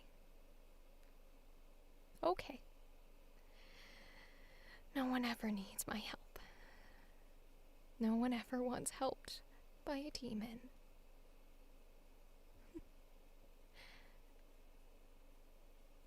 Fine. Fine. If it'll make it easier, then I won't intervene again, and you don't ever have to talk to me again, and you don't ever even have to see me again, okay? I'm sorry, I'm gonna go. I'm gonna go. Oh, baby girl. Oh no, she's so sad. I got home from work, so I'll probably stick around for the rest. Woo! Girly Pop, you have a Bible? Congratulations! We were talking about the 4 horsemen of the apocalypse earlier, and Revelations earlier in the stream. So you're welcome to stay with your Bible. We're working with demons right now. I have returned from my dinner. Yay, 7! We just finished voicing our lovely half-demon, half-human girl. We no longer stand Billy. No, we no longer stand Billy. We saved Billy at first, and we stand him because we were like, yeah, stick up to the bully. And then he turns around and is racist. Nope, can't stand Billy anymore. That one was really interesting because there was like this moment of she was trying to reconcile that maybe she did go a little too far, and so Billy has this right to say, hey, dude, you can't step in like that. Like, you only make it worse. I can handle myself, right? And that's an okay thing to say. If that is all Billy was concerned about, Billy would have been in the right. But the problem is, it started like that, to where she was like, oh, well, I'm sorry, I don't mean to make it worse. It's just, you know, you're small, I'm a little taller than you, I thought I could help. And then we have started poking at his insecurities without realizing it, right? Because she's trying to rationalize why she is helping, but why she is helping inevitably has to boil down to, I don't think you can handle yourself, which now is Billy's insecurity getting poked. And so he's like, well, what the hell? I can do better than you can, you demon or whatever. And now we've gone into, oh, what the fuck? And probably also energy of, I don't need you. Nobody needs you. We don't need a demon for help, that kind of thing. And so we've now hit this sort of spiral of one person is angry, and so they start poking buttons, and so then other people start poking buttons, and we're all saying things we regret. But what's interesting is her moment of this other person saying things he regrets, right? Or maybe he won't, but he's saying mean things. She doesn't respond with anger. There's a little bit in there. There was definitely a little bit of like, oh, okay. No one needs a demon. You believe it too, huh? I could feel a little bit of that genuine anger, but ultimately it was hurt. It was pain. It was being upset by the fact that someone that she was trying to help, someone that she was friends with, had any inkling of being that cruel. And if we remember what I said, naive but not naive. She looks for and wants and advocates for the good in people. So even with Billy being like at the top, like, dude, I'm angry. You can't do that. Why do you think I can't handle myself? She's like, okay, you are in an upset state. You do have a point. I see the goodness in you. But the second he's like, I don't need you. I don't want you. Leave. Then all of a sudden, it goes from, oh, okay, the goodness is gone. You are being cruel. You are being rude. You are being discriminatory. The nice Lynn is gone. Because remember, she's had experiences with people who literally want her dead. They literally hunt her. So once she realizes that the person in front of her, there is no goodness to save her, she's not just going to be like, no, but maybe it's my fault and everybody has... No. She's immediately going to be like, all right, fuck you. I don't want anything to do with you. I know that there are bad people in this world. I know that there are people who are against me and part of my kind and things like that. So I won't tolerate this. And that came out. That's where the anger came from. And then it turned into really hitting her insecurities of like, I'm not going to stand here and be humiliated, but you can hear in my voice how much that hurts. To hear you say that and to hear you think that way of me genuinely makes me sad. And like she's going to cry on her run home. Even though there's that idea of, I will not stay here, be humiliated. I won't stand for this. But I'm still hurt and I'm still upset. And I think that resonated. So that is the end of this episode of Voicing Artists Original Characters. We got to play with Lynn, who is lovely. I think she is absolutely adorable, especially for a demon-human hybrid. Our artist is Ghosty Griff on Instagram. I'm gonna hiccup, I can feel it. Nope, okay. Of course, when I'm ready for it, it doesn't happen. Anyways, so our artist is... Nope, words, Rachel. Our artist is Ghosty Griff on Instagram. You guys can go follow her. Thank you to Ghosty for letting us use Lynn here today. This is a lot of fun to play with her. I really appreciate you. For those that are watching the edited YouTube video, you can always join us Mondays or Wednesdays at 9 p.m. EST. We record episodes live, and I love taking inspiration from the chat like we did today. And yeah, I think that's it. I always never remember how to end these. So have a good night. Goodbye. That's not how I say my goodbye. Have a good night. Goodbye. There it is. All right, so that's a YouTube episode recorded. We love that. We love that. So, good night, literally is what it is. So that's one down. Cool. So we'll have next Monday as well. I know that. And then we're going to have this upcoming Wednesday. Oh, by the way, y'all, this upcoming Wednesday is our voice acting coaching. So for the new folks, I highly recommend you join. I have someone join me live on stream, and they get to build a character from the ground up using dialogue I've written, and we play with their voice acting of this character. We take inspiration from the chat and throw it in, and suggestions and ideas. It's a lot of fun. And that form will be reopening sometime this month. So everyone is welcome to apply to join me on stream and do it yourself. It is so much fun, Yavir. You get a full hour to just play and talk and create a character. So anyone who feels like they're confident to be on stream, you got a working camera and a microphone, doesn't have to be professional. You can be a total beginner, but you can apply once the form opens up. I'll announce that the form has opened up on the Discord. So if you haven't joined our Discord yet, feel free to. If you're watching on YouTube, I think the link to the Discord is on my Twitch page and my link tree. So if you type in the little link tree and then I think it's r.ms, that would be there too.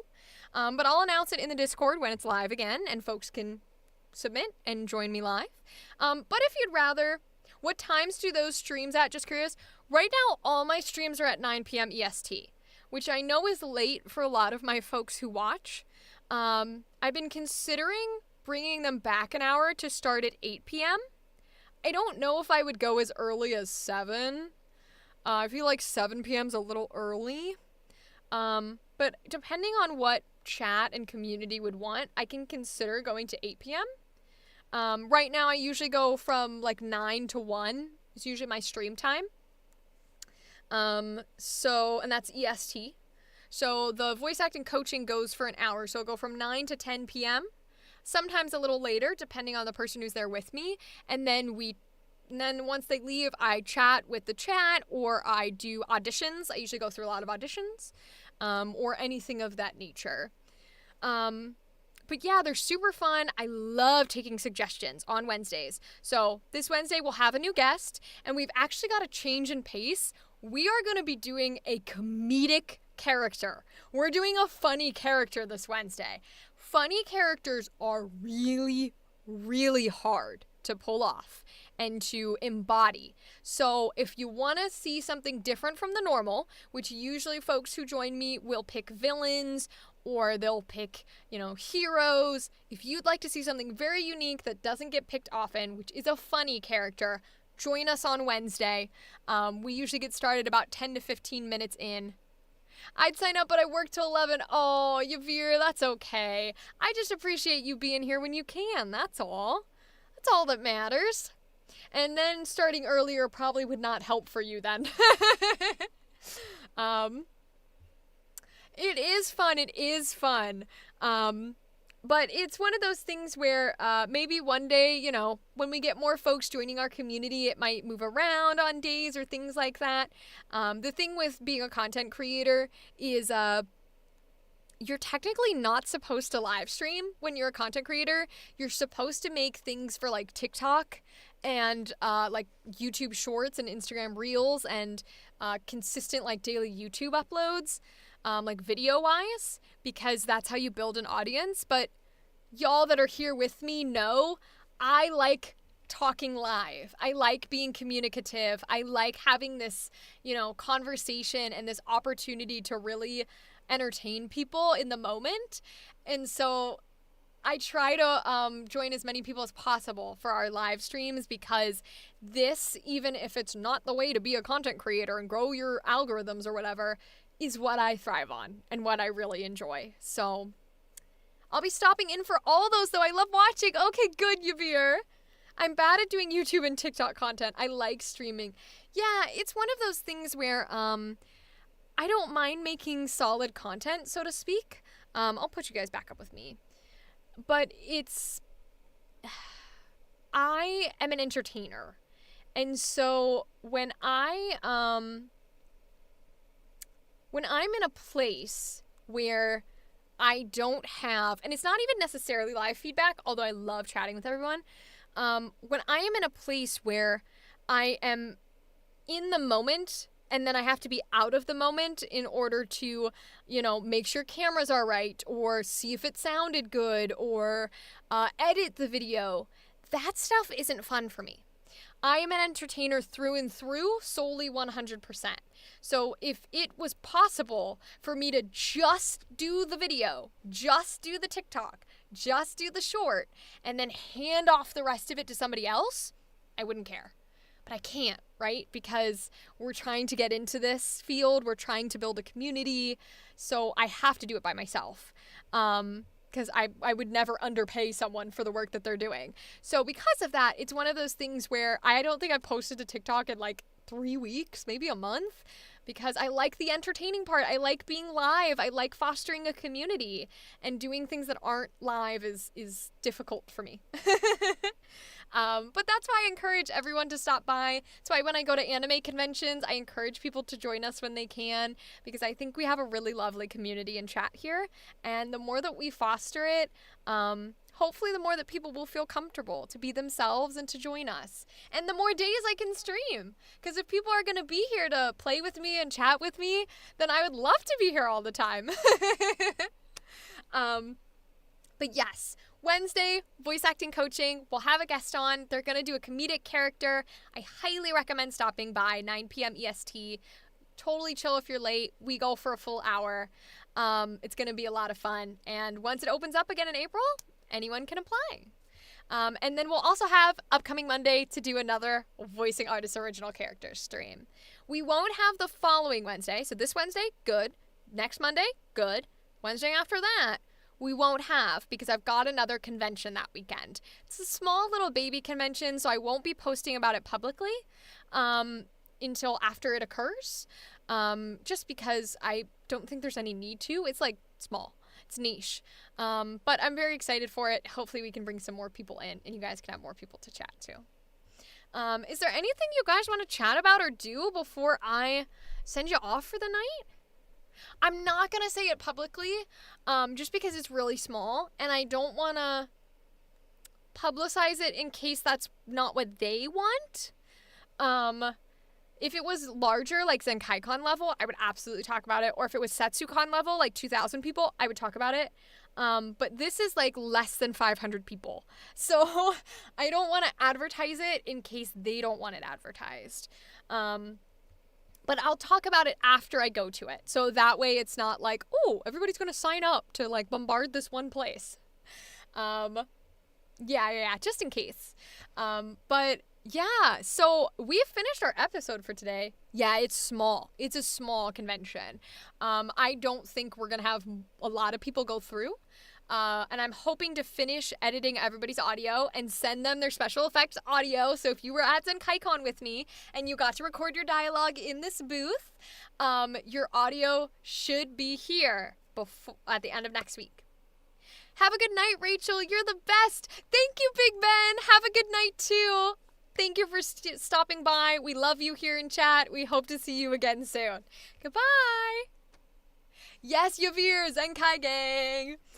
So my ZenkaiCon folks who got to do the workshop in person, you're edited like you're in an anime, like you're in a video game audio. Next week, the end of next week, should be in your hands. You'll get the original copy and you'll get the edited version that I'm doing.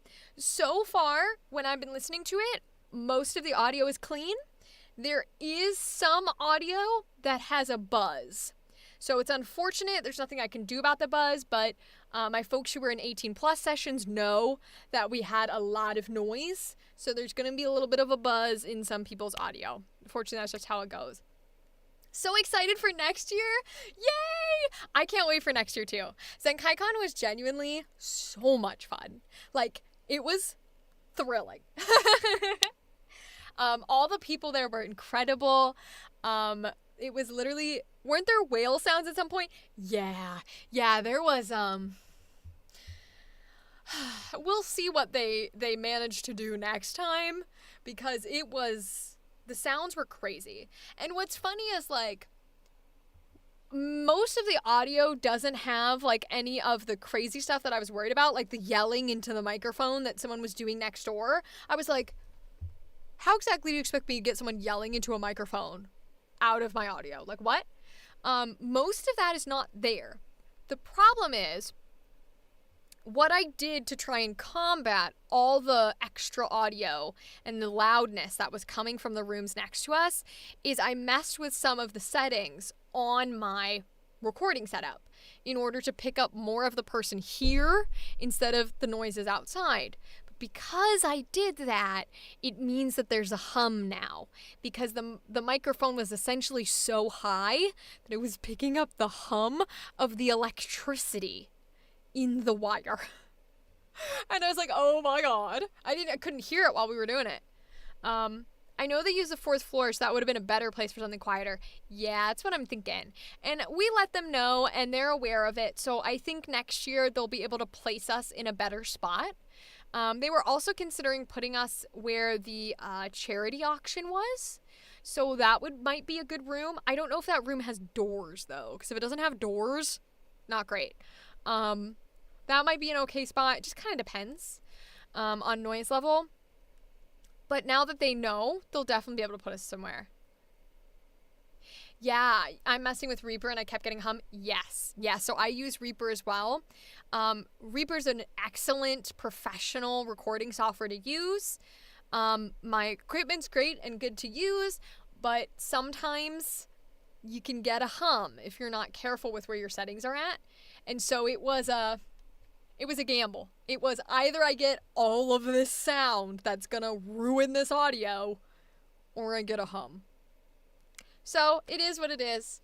I only started messing with it after looking at your stuff. Oh, well, I highly, highly recommend it.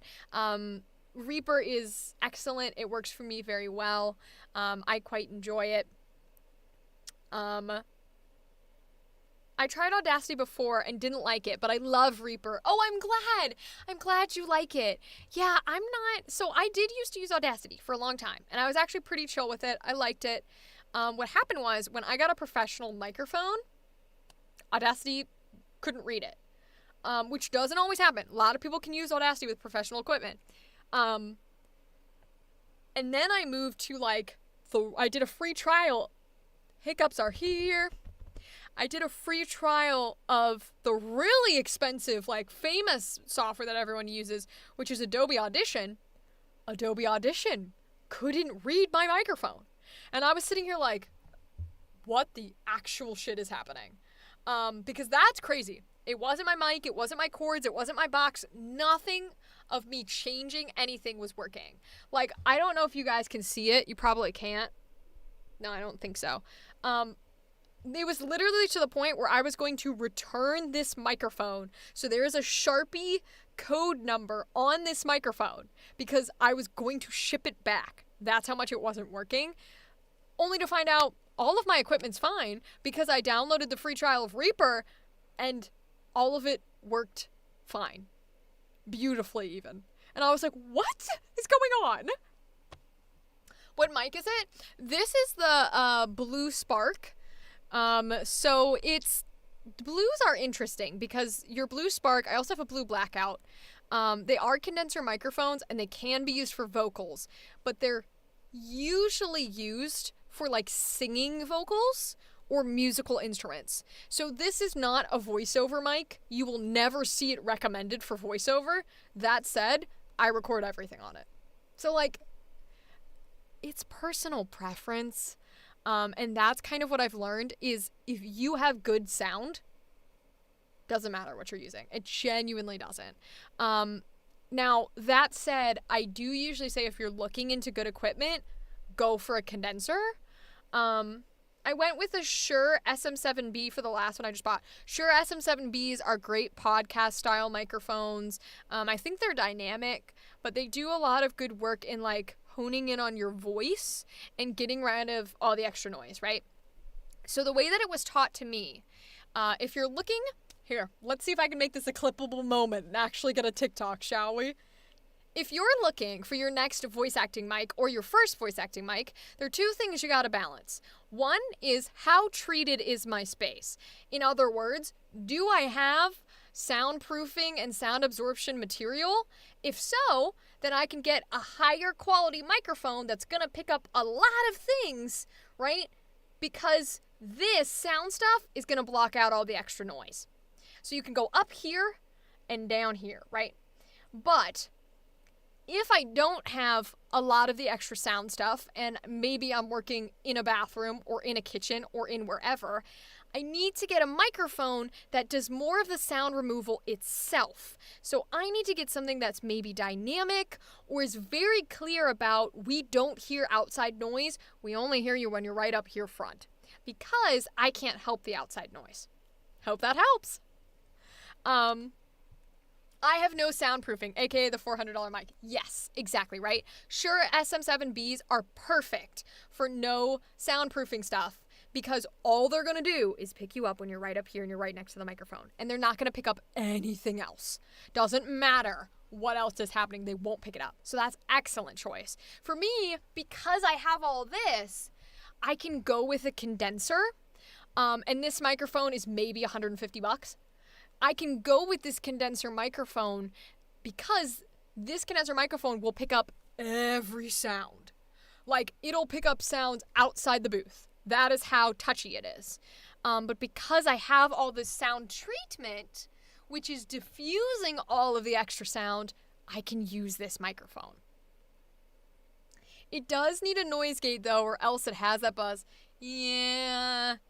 Unfortunately, some of the really like prominent professional brands kind of do that thing that Apple does, where they're like, if you buy an Apple product, you have to take it to an Apple store to be repaired because we use screws that nobody else has access to for some reason. Some of the professional, high-quality microphone companies also do that thing, where they're like, this is an amazing, high-quality microphone, but also you have to go buy a noise gate and 6 other tools to get it to work. But this is a high-quality professional microphone. Like, that's just kind of how they are. Companies know when they have control over a market, and Shure definitely does. And that's coming from somebody who uses Shures. Like, the microphones you guys used at ZenkaiCon was a Shure SM58. So, much respect to them. They're great at what they do. But, yeah. It is what it is. Exactly, my friend. Exactly. And that's just kind of how it goes. Like, the Shure SM58s are stage microphones, so they're built to pick up only what's directly in front of them. Theoretically, right? Every microphone is built that way, but if something's loud enough, it's going to pick it up, which is why I was so nervous about all the other things. But it definitely did a better job than these could do. If I had brought these, I literally would not have any audio to give anyone, because these pick up everything. I will spend an ungodly amount on my tech. Good for you. Good for you. It's so funny because, okay. If you have a treated space, the microphone that everyone uses, like in actual recording studios, in Los Angeles, New York, wherever, is a Newman something. They are like $4,000 microphones. Ridiculous.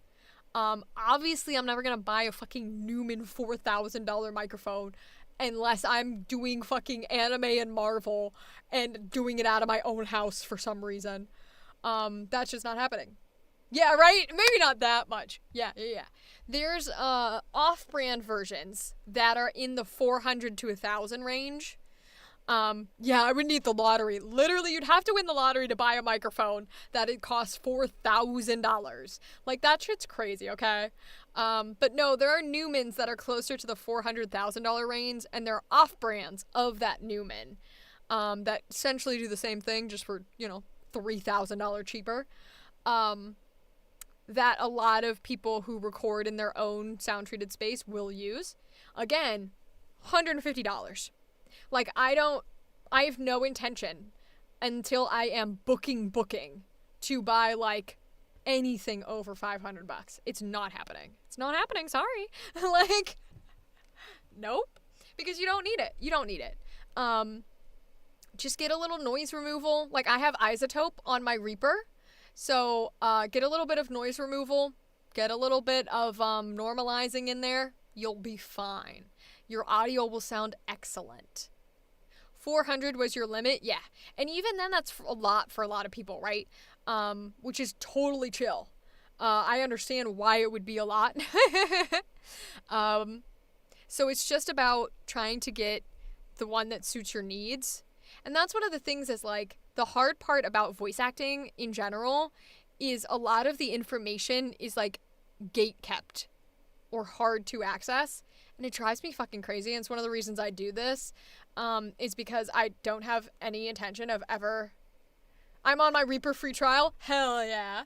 But I don't like keeping things from people for no fucking reason. Because you want to make $1? Okay, go fuck yourself. And so I just took because as an actor, you should always be taking classes, learning more. I just took an ADR practice class with Very Berry Studios. And her name's Phoebe Thatcher. She's a lovely, lovely person. Go check out Phoebe Thatcher, Very Berry Studios.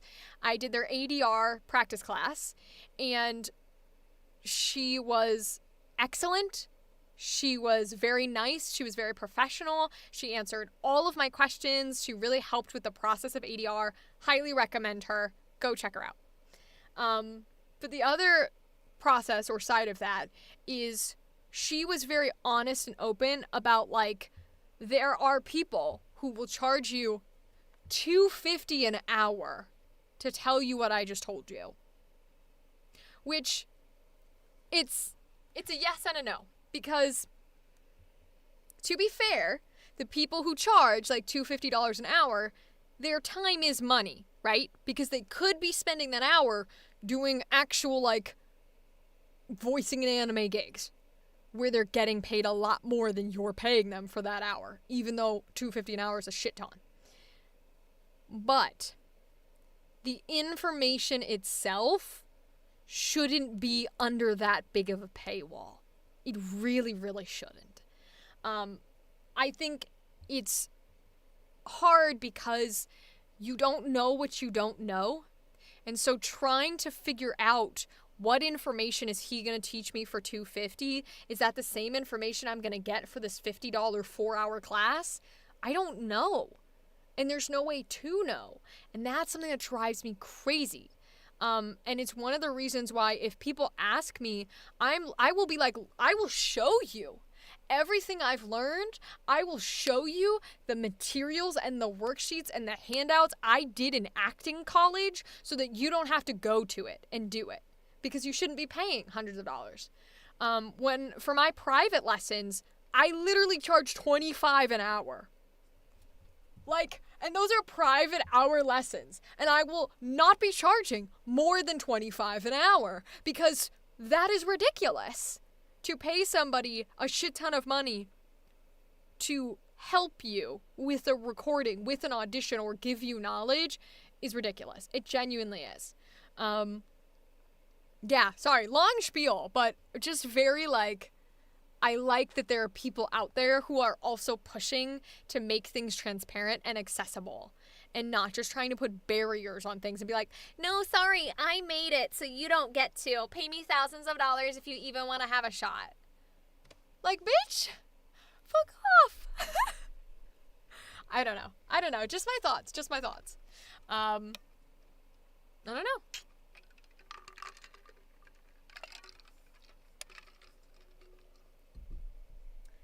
Whew. Ugh. All right, my friends. I might put us on the 10-minute timer, because I think 1 o'clock's going to be my out today. So what do we want to chat about in our last couple minutes here? I'd learn it myself before paying someone that much. Exactly. But the hard part is, and the part that I don't think a lot of people think about, is it's sometimes really difficult to learn it yourself when you don't know what you're missing. Right? Like, okay, cool. I know I don't understand how to, I don't know, how to get my voice to do this thing. Cool. So I might Google how to get voice to do thing. And all of the answers are weird variations that are not helpful. When in reality, someone who could answer your question could be like, oh, practice doing this 5 times a day for the next week. And that's all you needed. But you won't be able to find that information because you don't know that that's the information you need. So it just creates an endless loop of like, I don't know what I'm looking for, and I don't know what the answer is. So you might get information that doesn't help you and you think is the answer and isn't. You might not find any information related to what you're doing. It's not always as easy as go Google it. So I hate when people think like that. It drives me crazy. I don't like that at all. Drives me fucking crazy. Anyways, yes, sorry. A little bit of a rant, but that's why I'm considering doing like for TikToks, I do a lot of D&D stuff. I'm wondering if I should do like voice acting tips or suggestions as little TikToks, little shorts. Wondering if people would find that helpful? I don't know. Maybe? I don't know. Maybe I will. I'd be driven crazy not finding the answers. Yeah. Oh, trust me. The amount of times that I have tried to look for something. So here's the thing. There's always been one big thing that I've always tried to ask for answers for, and no one has ever been able to help me. And I'll be blatantly honest about this. I have essentially been stuck in the pathway of, in this position of, I have professional demos, I have experience working on a good amount of projects doing character voices. I have professional equipment. I have a website. I have a resume. I have literally everything that a professional would have before you get the big names like Netflix, Marvel, whatever. However, so the next step in this character line is to then apply to agencies that do that kind of work. Cool. I've applied to all those agencies. In fact, I apply to those agencies every single year. And I never get reached back out to. Not once. No, never have I ever gotten reached back out to. And so the problem that I have is I'm at this middle ground of what else do I do? And no one seems to be able to tell me what else I'm supposed to do. Besides, just keep doing independent work and one day you'll be there. And I'm like, I love independent work. I don't necessarily want to leave this market. But that's not an answer to my question. Like, what is it? You know what I mean? And there's no way to Google that. You would have to talk to somebody who's been in those projects, who is repped by an agency, and you'd have to speak with them genuinely about, like, what should I do here? And unfortunately, I don't have that access. Unless it's under a paywall of $350 an hour, which I'm not going to do. And there's no way for me to know which actor is willing to tell me that. There's no way for me to know which actor can actually help me versus which one's lucked out and had a cousin's cousin who already worked in the industry. There's no way for me to know that. And so it's a waste of time and it's a waste of money. And all I can kind of do is what I've been doing for like fall of 2023 is I said, fuck it. If people won't give me opportunities, I will do it myself. And that's when I started content creation. Some of it is luck. Some of it is luck. Absolutely. In fact, a huge portion is luck. And the reason why a huge portion is luck is because they gatekeep everything, which again, I fucking hate. I won't say who I was talking to, but someone was telling me that certain groups will very specifically not give out how you can audition for them because they only want to work with people that they already work with. So they literally won't tell anyone. Like, they're just like, oh, sure, maybe one day you'll work for us. Like, fuck off. Like, oh, a random Fiverr gig was super popular, and then that actor blows up. So, yes and no. Fiverr and places like that are interesting because that's the conversation of money versus fame. Only if you get big enough on your own. Yeah, it's the conversation of money versus clout. That's what it feels like. Yes, no, 100%. I recognize that that's what it feels like. But the thing that I always try to explain to people is like, right, when I say that I want to be in like Netflix and Marvel and Disney, and so I'm also trying to pursue content creation, because that does give me, I'm not afraid to say it, if I am able to grow a community and have lovely people like you support me, that absolutely does enhance my name, right? When they go looking and they see the numbers, absolutely it does. But that's not what I want. Like, it's very hard to explain to people that I am not trying to foster y'all in my chat to be like, yes, make me big so I can become famous and then ignore all of you. Blah, blah. No. Like, the only reason that there's multifaceted reasons, but like, increasing the numbers is great because then people actually see me, because then I can go to these steps and then I can do these things. But I'm not intending on solely building a community and getting followers and doing all that bullshit just to be famous. I have no intention of being famous. I do not want to be famous. I don't even really want to be content creator famous. I don't want to be voice actor famous. I have no intention of being a Matt Mercer. I have no intention of being a Vic Mignogna, of being a Christina V. What I want to do is have a community of people that enjoy what I do, are entertained by what I do, whether it's voice acting, whether it's gaming 10 years from now, whatever it is, right? I want to have a community of people, and I want to be able to make a living off of being an entertainer. Would I love it to be voice acting? Absolutely. If it ends up being content creation, that's cool. If it's a combination, amazing, right? If it, a year from now, somebody's like, cool, I like what you do, but I want you to tour instead of like, go do this.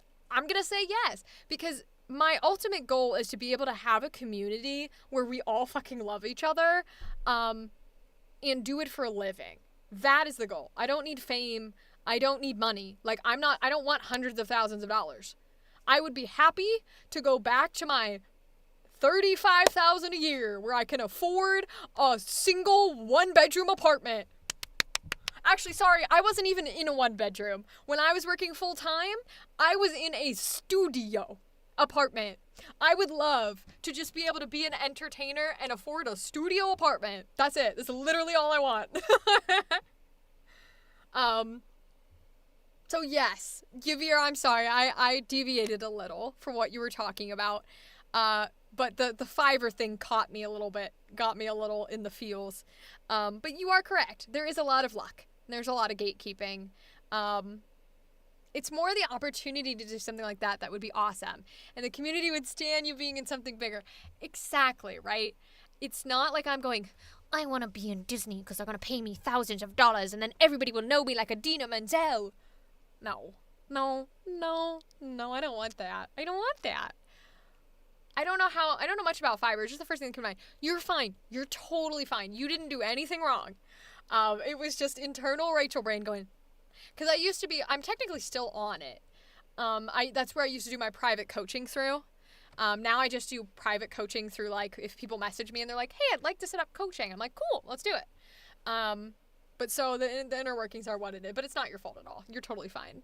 But yeah, it's having a community of people and being able to make my sole priority and responsibility that community. That would be everything.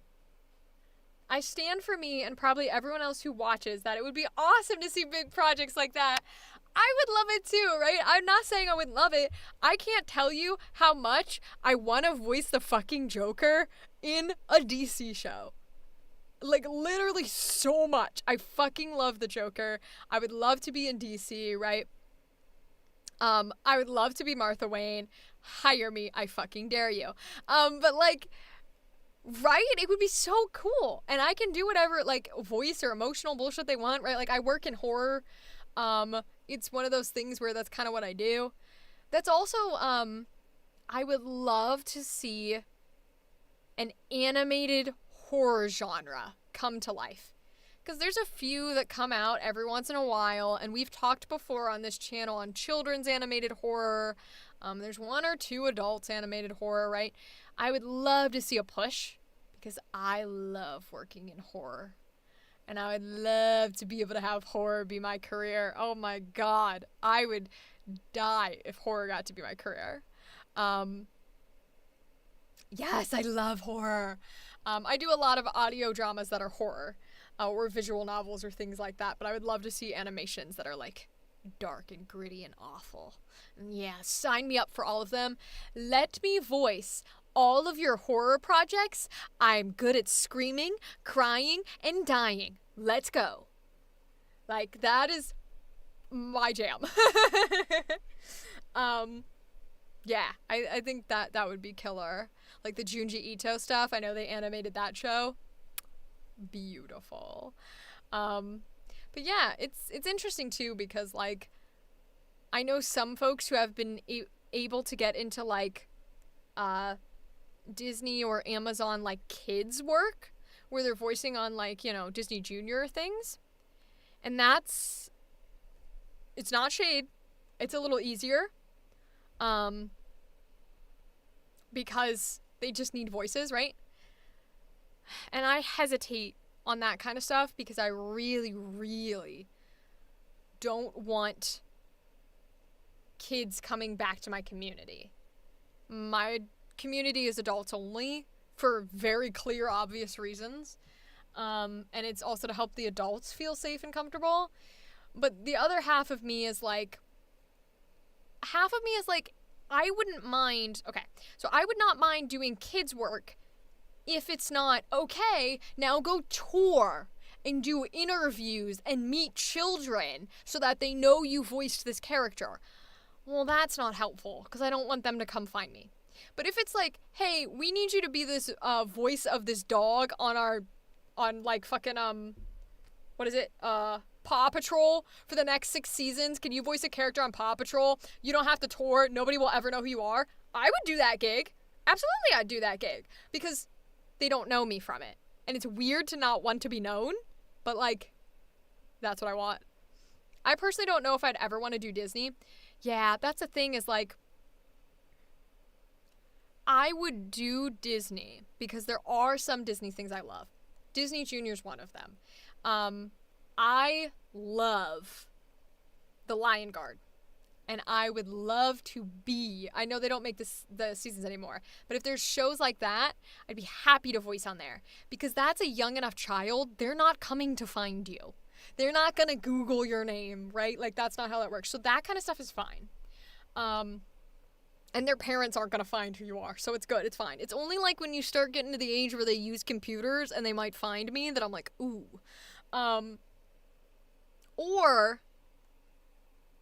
Or, now this one kind of sits in that territory. I don't think I'd ever would get the chance. If I ever would get the chance, I'd want to do something with anime.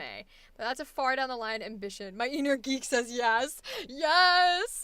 I would love to be an anime. That's one of my top goals. Top goals is anime dub. And if we're getting real specific, a villain. A villain in a horrific anime. Gorgeous. But anime. Anime is top goal. One of the top goals, for sure. Oh, the other thing I was going to say for Disney. I adore Phineas and Ferb.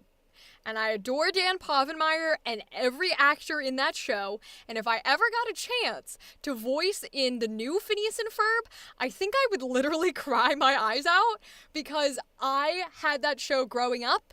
It was one of my favorite shows ever.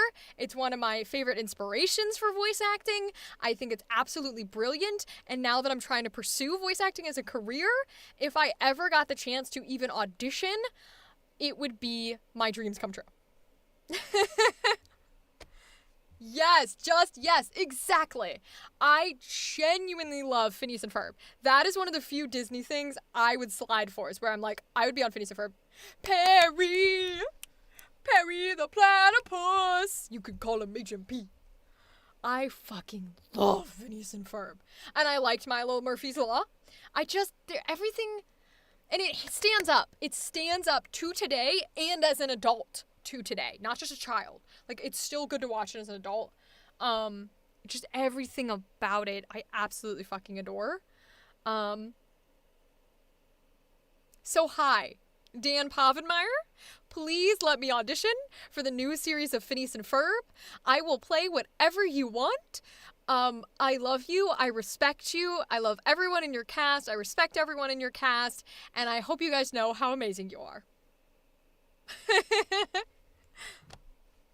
One thing I love, I wish there'd be more of his Gravity Falls up there with Phineas and Ferb. So Gravity Falls, yes, and I know so many people who absolutely adore Gravity Falls, and I support y'all in your community. It wasn't particularly my jam, because again, I don't like comedy, which is weird because you're thinking like, oh, Phineas and Ferb is very comedic. What are you talking about? There's no funny guy in Phineas and Ferb. If you think of all your characters, every single character is the straight man, except for Candace. And Candace was my least favorite. Fucking hate that bitch. But every single other character took every single thing that happened in that show seriously. The inventions they made weren't funny. The things weren't funny, right? But for Gravity Falls, Mabel was a funny, gimmicky character. Seuss was a funny, gimmicky character.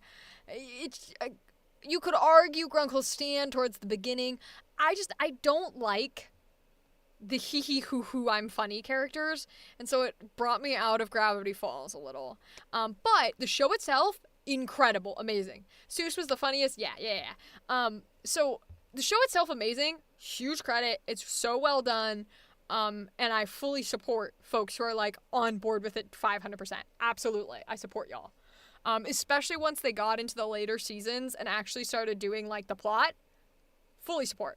Same thing with like Owl House and stuff. Not particularly my jam. Fully support. I think it's awesome. I know there are a small faction of amphibia people. Fully support. I don't think I've ever met a Big City Greens community, but if you're there, fully support. If y'all support the Phineas and Ferb, I support you. Okay, my friend. I think this is going to be where I end the stream tonight. I appreciate everyone for staying by, for lurking, for chatting. I love every single one of you, genuinely. And I appreciate you being here and talking with me. You're welcome to join us Wednesday at 9 p.m. plus super long later. As you can see, I stream till like 1. Or don't, whatever your preference is. Join the Discord or follow on Instagram and stuff if you want updates. It's time for the end. Dun dun dun. I am going to send my folks on Twitch over to another streamer because I know we can raid. So Yavir and anyone else who's watching on Twitch, I'll ask you, would you like to go to Team Fight Tactics? There's this lovely person who is like a penguins is their theme, and they're super cute, they're super sweet. They're playing Team Fight Tactics.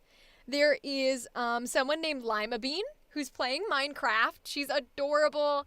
I've talked with her before when I did the Catliente stream, and she's a lovely, lovely person. And there's also someone playing Supermarket Simulator who is Princess Claudes, who I jumped in when she did a baking stream once, and she was very talkative with chat and had a good time going. Do you have a preference on who I send you to? So I can send you to any of them. I'll get my little raid thing ready here. I think it's raid. Yeah, it's raid. And then I send you to someone. Let's see. I don't know if we have TFT. Okay, we will send to TFT. All right, the streamer's name is Pingu Fetus. They're amazing. Give them some love. I'll stay in chat with you guys to chat a little bit, and then I'll peace out. For my folks on YouTube, I can't reach anyone quite yet because it's only a feature you can do if you're like fancy subscriber, like 1,000 or something. But I appreciate all of you. I support all of you. The stream will end for you in a few minutes or so. Not biased because I like Riot. Thank you for being here. We'll see you guys on Wednesday, okay? All right, I'm going to raid us over on Twitch. Here we go. Oh no, Pingu Fetus's raid settings do not allow you to raid. Oh no, we can't raid Pingu Fetus. Okay, well then we're going to go to... Hope she's having a good time. Instead, we are going to raid Princess Claudes. Yeah, oh no. We're gonna raid Princess Claudes. She's playing Supermarket Simulator, and she has a good old time with her chat and stuff, so we'll raid over there for tonight. And then next time, we'll try to go to Pingu.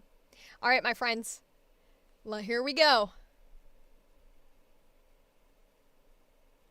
Alright. Goodbye, YouTube. Goodbye, Twitch. You're all amazing. Goodbye.